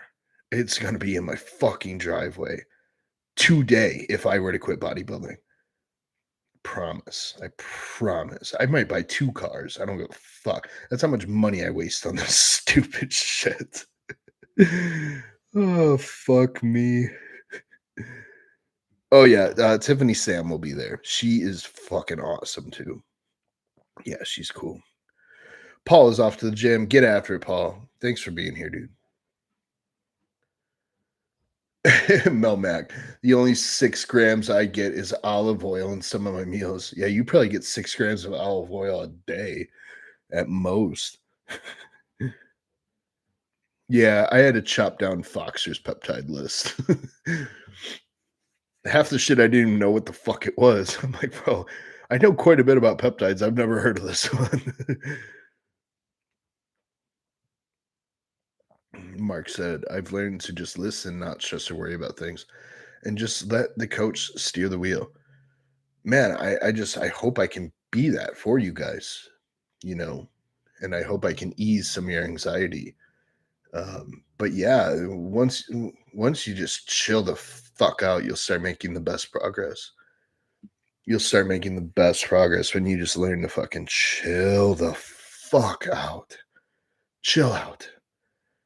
I don't mean to be a dick, but if you guys can just learn to be like, yeah, this is just part of the process, follow the plan, that's it. I'm not gonna fuck any of you guys up. That's just, and I appreciate that you guys know that and trust me with your progress, because that's an incredible compliment to me, uh, and I hold that dear to my heart. So, Vigor Steve is going. Not sure how long he'll be at the booth. Yeah, he'll probably just pop in and um, I don't know, talk about his dick and stuff, whatever Steve talks about. Alex G, going to try to go to the Arnold in the middle. Oh, in the middle of going to try to buy some real estate, so kind of tough. Make that money, bro. The Arnold will be there next year. If you can make it, we'd love to see you. If not, go make that money. Go make that money. Then you can buy more peptides. Yeah, baby. Okay, another one from Dylan. Thank you, Dylan. What are things you are looking forward to this year for bodybuilding and general life? Holy shit. Man. Things I'm looking forward to this year. Um, I mean, traveling with my friends this year is my friends and coworkers is going to be a lot of fun. So obviously we have the Arnold coming up. The Olympia will be later in the year. I'm actually going to Florida this year to visit a friend and train with him. So Amanda and I are going to go to West Palm Beach, Florida, and catch up with an old friend and get some training in. And I'm super excited for that. I'm normally not a traveler, but like the more I do it, the more I enjoy it. And I've gotten good at it. Like I know how to bring my meals and shit. And like if shit hits the fan, I just know how to fucking find a grocery store and like figure it out. you know, um, you guys are getting better about that though. I'll admit it. I'll admit it. A lot of you guys are on your shit. So love that. Yeah. So I'm looking forward to some of the traveling I have planned, starting with the Arnold. Fucking, which is like, dude, the Arnold. Let me try to pull up this stupid ass guys. It's fucking 2 weeks away. So that's super cool. The Arnold. We'll look forward to the Olympia. I'm looking forward to growing in business. Um, growing the business, my coaching business. Looking forward to continuing to watch Omega Amino expand and like new exciting things coming up for my friend Chase and watching him grow, watching all my friends grow and um, friends getting married and like, all that shit. For bodybuilding, man, I just bodybuilding, just what I do in the background. I have a lot of guys in contest prep this year, guys and girls. Lots of people in contest prep. So I'm absolutely so excited. I love prepping people. It is just so much fun. Um, I will do a contest prep at some point myself. I don't know if that's going to be um, the end of this year or early next year. It really depends on what my fat body does and what my health does, and trying to make the call of the next move. But in a perfect world, I would do a show in like November, December timeframe. I have to see what my clients are doing for shows because I don't want to interfere with their goals and their schedules. So that is one thing that's different now is I do plan my contests around what my athletes are doing because they take priority. Um, I will always be a bodybuilder. My shit's good. It's on autopilot. I don't even think anymore. I just body build. I focus on my athletes. My bodybuilding just runs on autopilot and I'm good. I'm good to go. Um, it took me a long time to get there, but um, now I can focus on other things and still make gains, bro. Still make gains. Um, Dylan says, someone run a leg day with Tiffany and get back to us. Oh my God. Oh my God. She she has the most wild. The most wild lower body I've ever seen in my life. I cannot fucking wait to meet her in person and just see what that is. Super cool. She seems like I watch her YouTube stuff. I've been starting to watch her YouTube stuff. She's so chill. I love her. I love her information. Um, Super excited to meet her. So yeah, I'm grateful that she's on our team.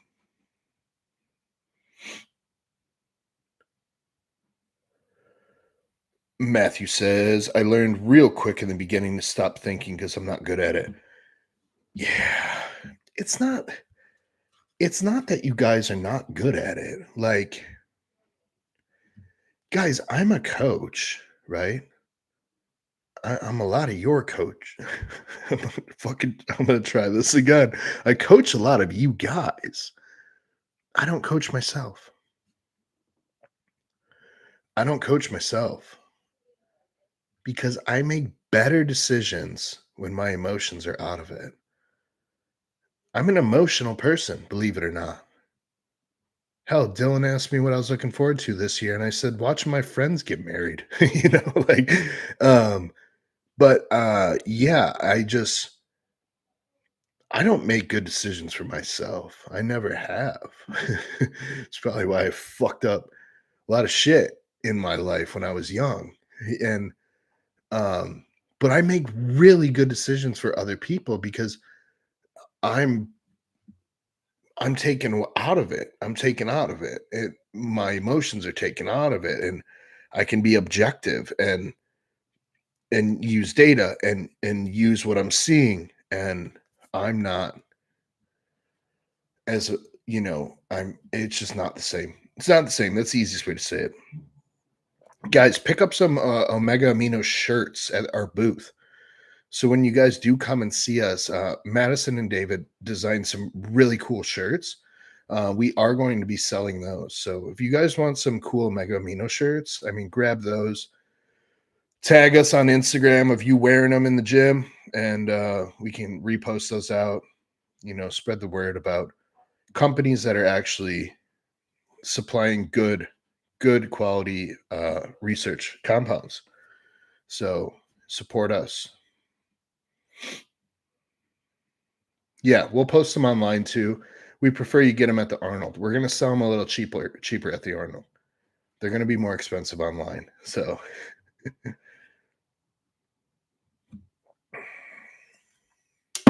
oof, sorry about that. Hopefully, I didn't fucking make any deaf. Um, Learning how to travel is huge. Dylan says, "Yeah." Oh, fuck you, Dylan. This is worse than Amy's question about picking 5 songs. Oh, on the car talk, Dream 3 car garage, bro. Fuck you. Um, I would have to have I would have to have some sort of like budget threshold because it's so hard for me. If I was just gonna like throw them out there right now and just like not think about it too hard, it would be 812 super fast Ferrari, um, GTS Viper, uh, or ACR Viper, um, and then some sort of GT 500, and um, I'll just stop there. Dude, I could give you a car from every single manufacturer that I would like to own. I could find a Hyundai that I would want. um, let's see.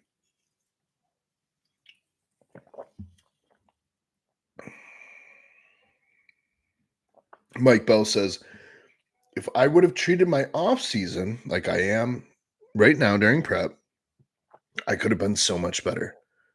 Guys, Mike, can you say that louder for the 18 other people in the back of the room? That's it, guys. That's it. Fucking have that shit on repeat. Have that shit on repeat. There's a little more nuance to prep. and things that you'll do that you don't necessarily keep in the off season, progression season, whatever you want to call it. I don't care. They're all stupid names. Um, man, yeah, yeah. Off season should, for the most part, be treated like contest prep. Just with more regard to, or more like cognitive and emotional, uh, like understanding of relationships, because relationships will suffer at least a little bit in prep, no matter how fucking good you are. No matter how fucking good you are at balancing it, relationships will suffer during contest prep. Not suffer to the point where you're going to ruin it or anything. There will be tension at one point. Promise. And that doesn't mean like your direct partner. It could just be a friend. It could be a client. It could be a customer.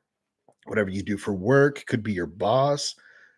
There will be tension in a relationship at one point during a competition prep. I fucking promise. Doesn't happen as often in the off season. It can for sure, especially if you're just an asshole in general. But anyways, DLC Madison made the design, full credit there. But I'm actually physically making the shirts. Yeah, Madison's dope. Yeah, shirts look great. David does a great job making the shirts. He made this shirt here that I am wearing right now. So grateful for that, man. Jared, looking forward to catching up with everyone at the Arnold. Yeah, can't wait to see you again, Jared. It's been a full calendar year since we've been in person together, so that'll be fun. Ah, fucking Blaze, dude. Man, you guys suck with these fucking questions of me making me pick like 5 things and 3 things. Like, I want all that shit. Blaze asked me the top 3 bodybuilders of all time. Fuck, Blaze. Fuck.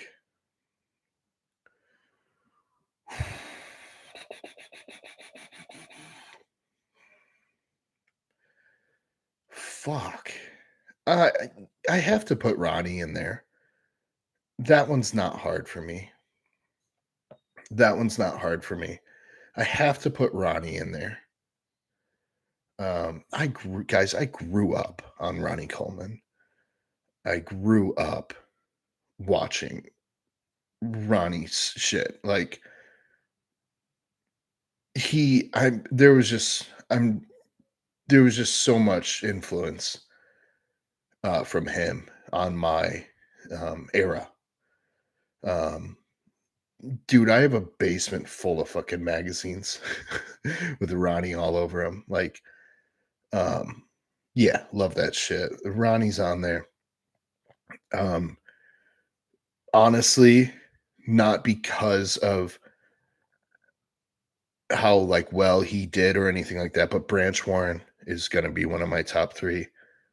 Um, and Sean Clarita is going to be on that list. If I had to give you 3 right now, top 3 bodybuilders of all time: Ronnie, Branch, Sean Clarita. Um, I could, man, I could list 25 people that I just think are amazing for a million different reasons. Um, but if I'm just like shooting from the hip, Ronnie, Branch, Sean, 100%. 100%. I think Sean is one of my favorite bodybuilders to ever exist. To ever exist. I think it's very hard to find anyone that lives it and breathes it more than Sean. I think Roman Fitz, um, I think he shares that passion that Sean does. And that doesn't, of course, like, I don't mean this like other bodybuilders like don't have, but like, dude, I can feel the passion that comes from Sean when I watch like a YouTube video. Like, It's unreal. It's unmatched, in my opinion. So I think Sean would probably be my number one if I had to put them in order, which I'm making it even more difficult for myself. Sean Clarita, there's nothing out there like Sean. Dylan says the Viper is a dream car for me. 100%. 100%. Viper, the ZR1 Corvette, um, specifically the 2009. Like, I would love to have that car. There's nothing crazy about it, but I just think it was one of the best cars, one of the best sports cars ever made from a manufacturer, like bone stock, not fucked with. Um, I think the 2009 uh, ZR1 is ridiculous. That would be another dream car for me. Probably the 2014 GT500, but I would take any GT500. I'd take any ZR1 too, to be fair. But those specific years, the 09 and the 2014, you guys got to remember that Corvette ZR1, that came out when I was in high school, that 2009. So like, man, that's why it's a dream car for me, because the nostalgia that comes with it.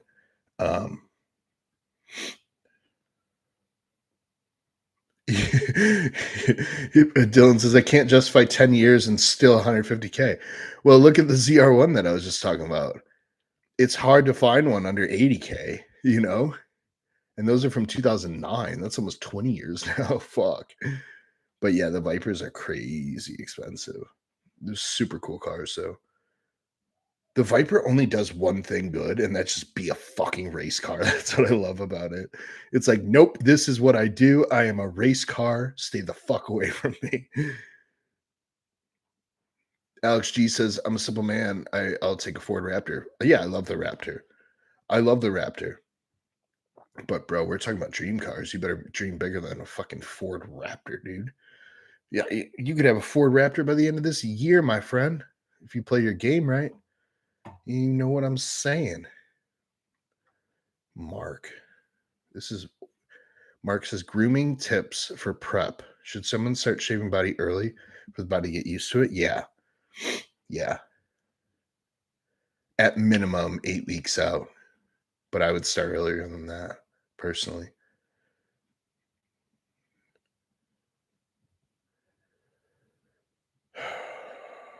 Oh, this is a good one from Mark. If you could eat whatever you want for a day and it had no calories, what would be your top 3 meals? Brother, I'm not gonna grow if it doesn't have any calories. I'm not eating fucking nothing if it doesn't have calories. I'm trying to grow, but dude, I'm trying to get huge.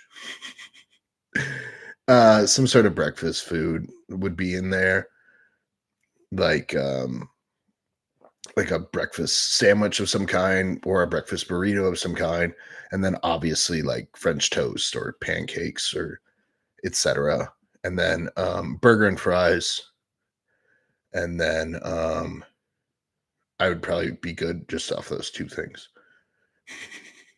Mexican. I'll throw Mexican in there, which is kind of like, I mean, we eat like meat and rice anyway, so like it's not far from like fucking Mexican food anyways, right? So, but yeah, I would throw in like Mexican food, like tacos and shit like that, burritos.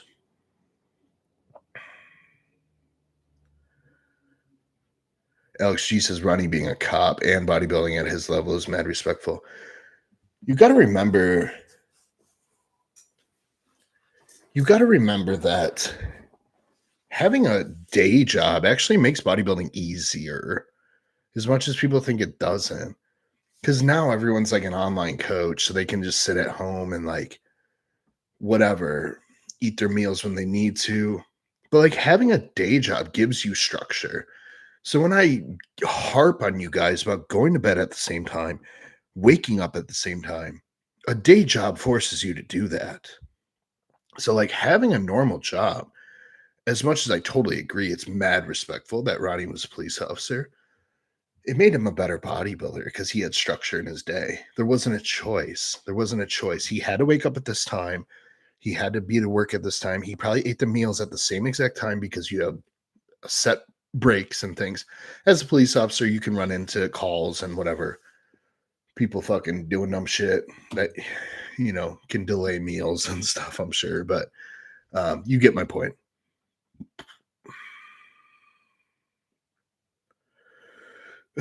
David said, Mark, I'm sure I'm hairier than you. Yeah, shaving kind of sucks. Yeah, the back I don't do. Amanda does that. Blaze said W list. Yeah, yeah, yeah.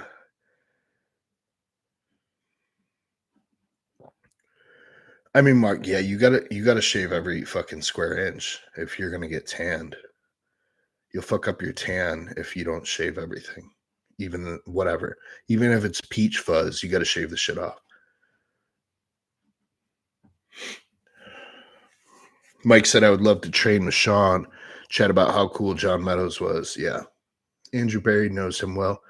Yeah, Andrew's a good dude. I like Andrew a lot. Chris Edmonds was a John guy. Derek Dolgner was a John guy. A couple other guys out there. Yeah, Mike says Andrew seems like a good dude. Yeah, I have a buddy that works with Andrew. He has great things to say about him. Thomas Turner, top 3 splurge or cheat meals. Man, I think my answers would probably be the same. You know, breakfast is one of my staples. You know what I would add? I fucking love like just a traditional like sub sandwich with some chips. Like I love that shit. Maybe a cookie afterwards. So that would be a good one. But breakfast, sub sandwich, burger and fries, Mexican of some kind. I do like high end steak restaurants too, and sushi's good. Um, Melmac, do you have any dream trucks? I'm not a truck guy, dude. Not really. Not really. Um, there's trucks that I would drive for sure. You know, like I'd fuck with like whatever F-350. The Denali's are cool. Um, like a Cummins diesel would be cool. I'm not a truck guy. I've never been. I would honestly take an SUV over a truck, like a badass SUV, like an RSQ8, like an Audi, or I'd even drive like a fucking Urus, like a Lamborghini Urus. I like the Trackhawks, the Jeep Trackhawks. Those are dope. There's a lot of I would drive an SUV before a truck, more than likely. Mike said, "I'm getting after some Chicago style pizza." I don't like pizza, dude. I'm just being honest. Oh, Amy fucking knows. Give me an RS8. Yeah, dude. I love Audi. And and money for bail. Yeah, I've been arrested street racing before. You will need money to bail yourself out.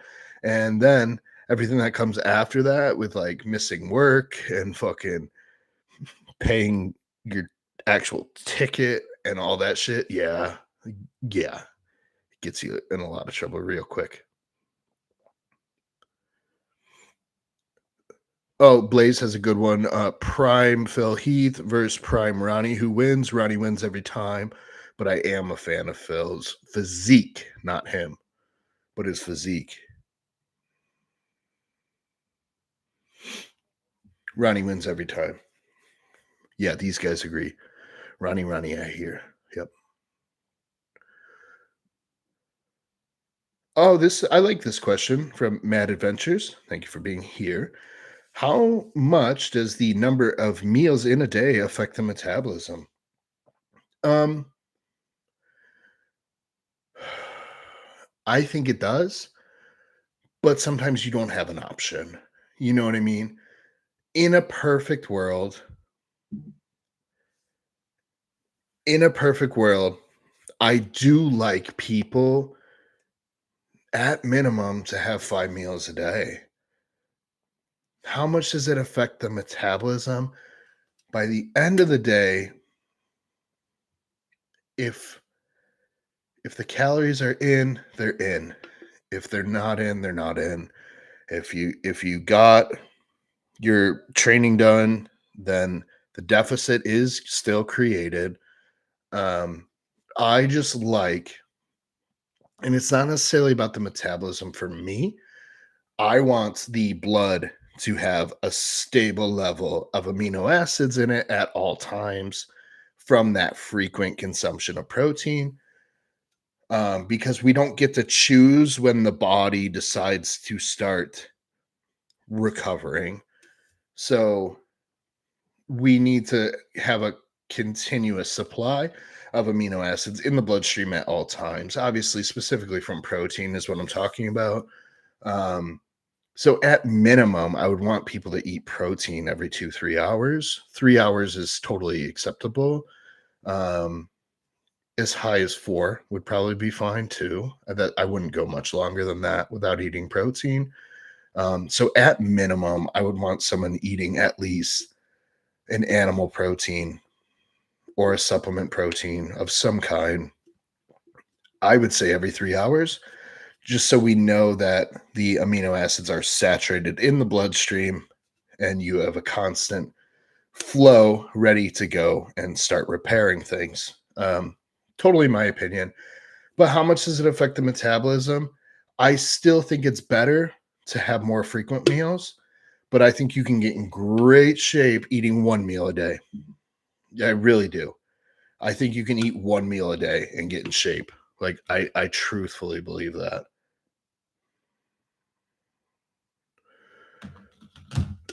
Um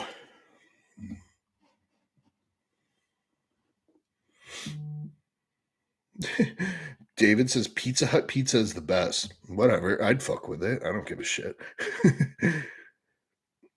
John says Prime Phil versus Prime Flex. Phil for me.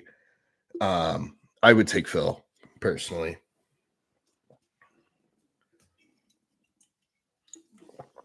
Oh, Dylan's sending me cars.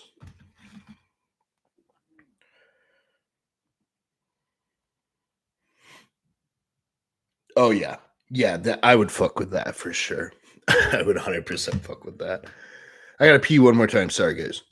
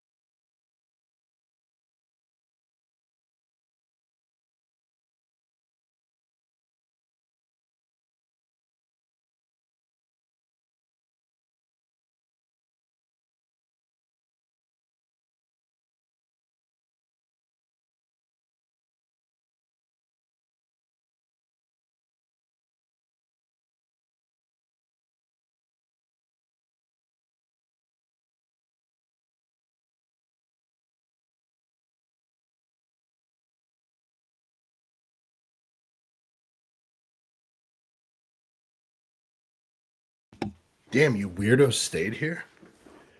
I thought I would lose all of you. I'm gonna do like 10 more minutes, and then I gotta eat because I'm slowly starting to go hypo. Slowly but surely.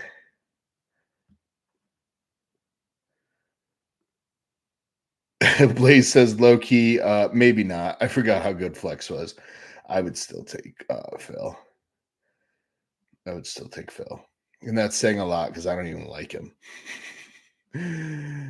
Mike Bell, I've got to go eat my cream of rice and train. Have a good weekend, he says. Thanks, Mike. Have a good lift, dude. Have a good lift. Enjoy, enjoy, enjoy. Enjoy that. What else? Who do we got here?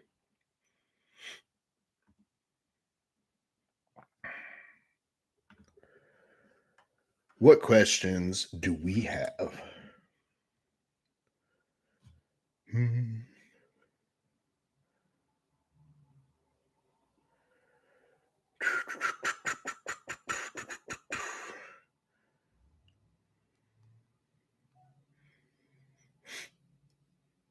That's hilarious. Someone asked about joints, eh, um, like on your body, not like smoking weed, but earlier someone asked about joint health, and I have a email in my promotions, the ultimate joint stack. It's ironic. Ironic. Anywho, what else do we have? I'm gonna give it, like I said, 5-10 minutes. Let some questions come in. Knock those for you. And then I have to eat before I go into a diabetic coma. Yeah. Yeah. I think I covered everything. I think I did. You guys are probably all signed up on the email list already. TommyJohnCoaching.com. Sign up there. Yeah. Damn, no even drug questions? You guys are lame. Oh shit, dude. This is from Blaze here. He asks, how much does stress affect recovery and bodybuilding in general? I think it's likely one of the biggest factors in recovering and bodybuilding in general. The best bodybuilders are the most fucking chill people ever. Like, they are so chill. Like, nothing affects them. Nothing affects them. The worst bodybuilders ever are high strung, worried about fucking everything. Everything. They can't sleep because of their anxiety and their stress. And oh, dude, I think if you can find more ways to be less stressed, everyone would be a better bodybuilder, or whatever their goal is. They would achieve their goal quicker if they can find ways to reduce stress. It is the number one fucking killer on people's progress, above and beyond anything else. It really is. I've literally seen it firsthand. I've seen it on blood work, like just in like blood pressure and resting heart rate, like just lowering stress. I've seen those things improve rapidly. So like it's huge, dude. It's huge. I would say it's one of the biggest factors by far. And it's hard to reduce it. It really is. It really is.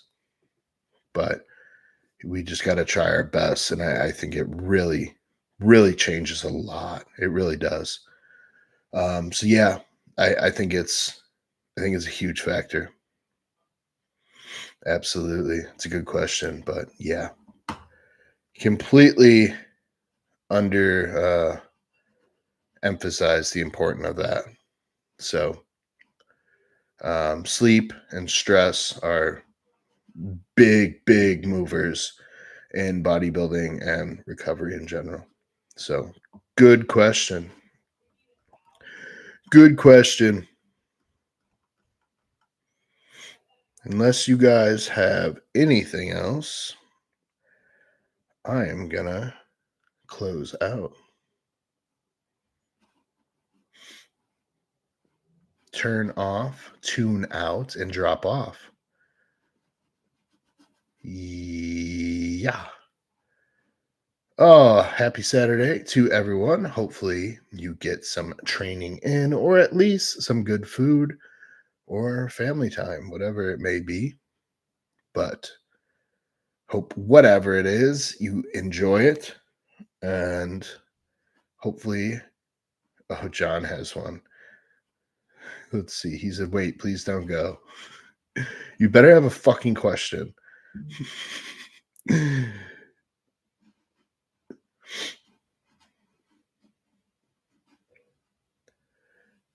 See, David's already signing off, bro. When my IT friend is gone, we're fucked, John. So you better get this question in. You better hurry the fuck up, dude.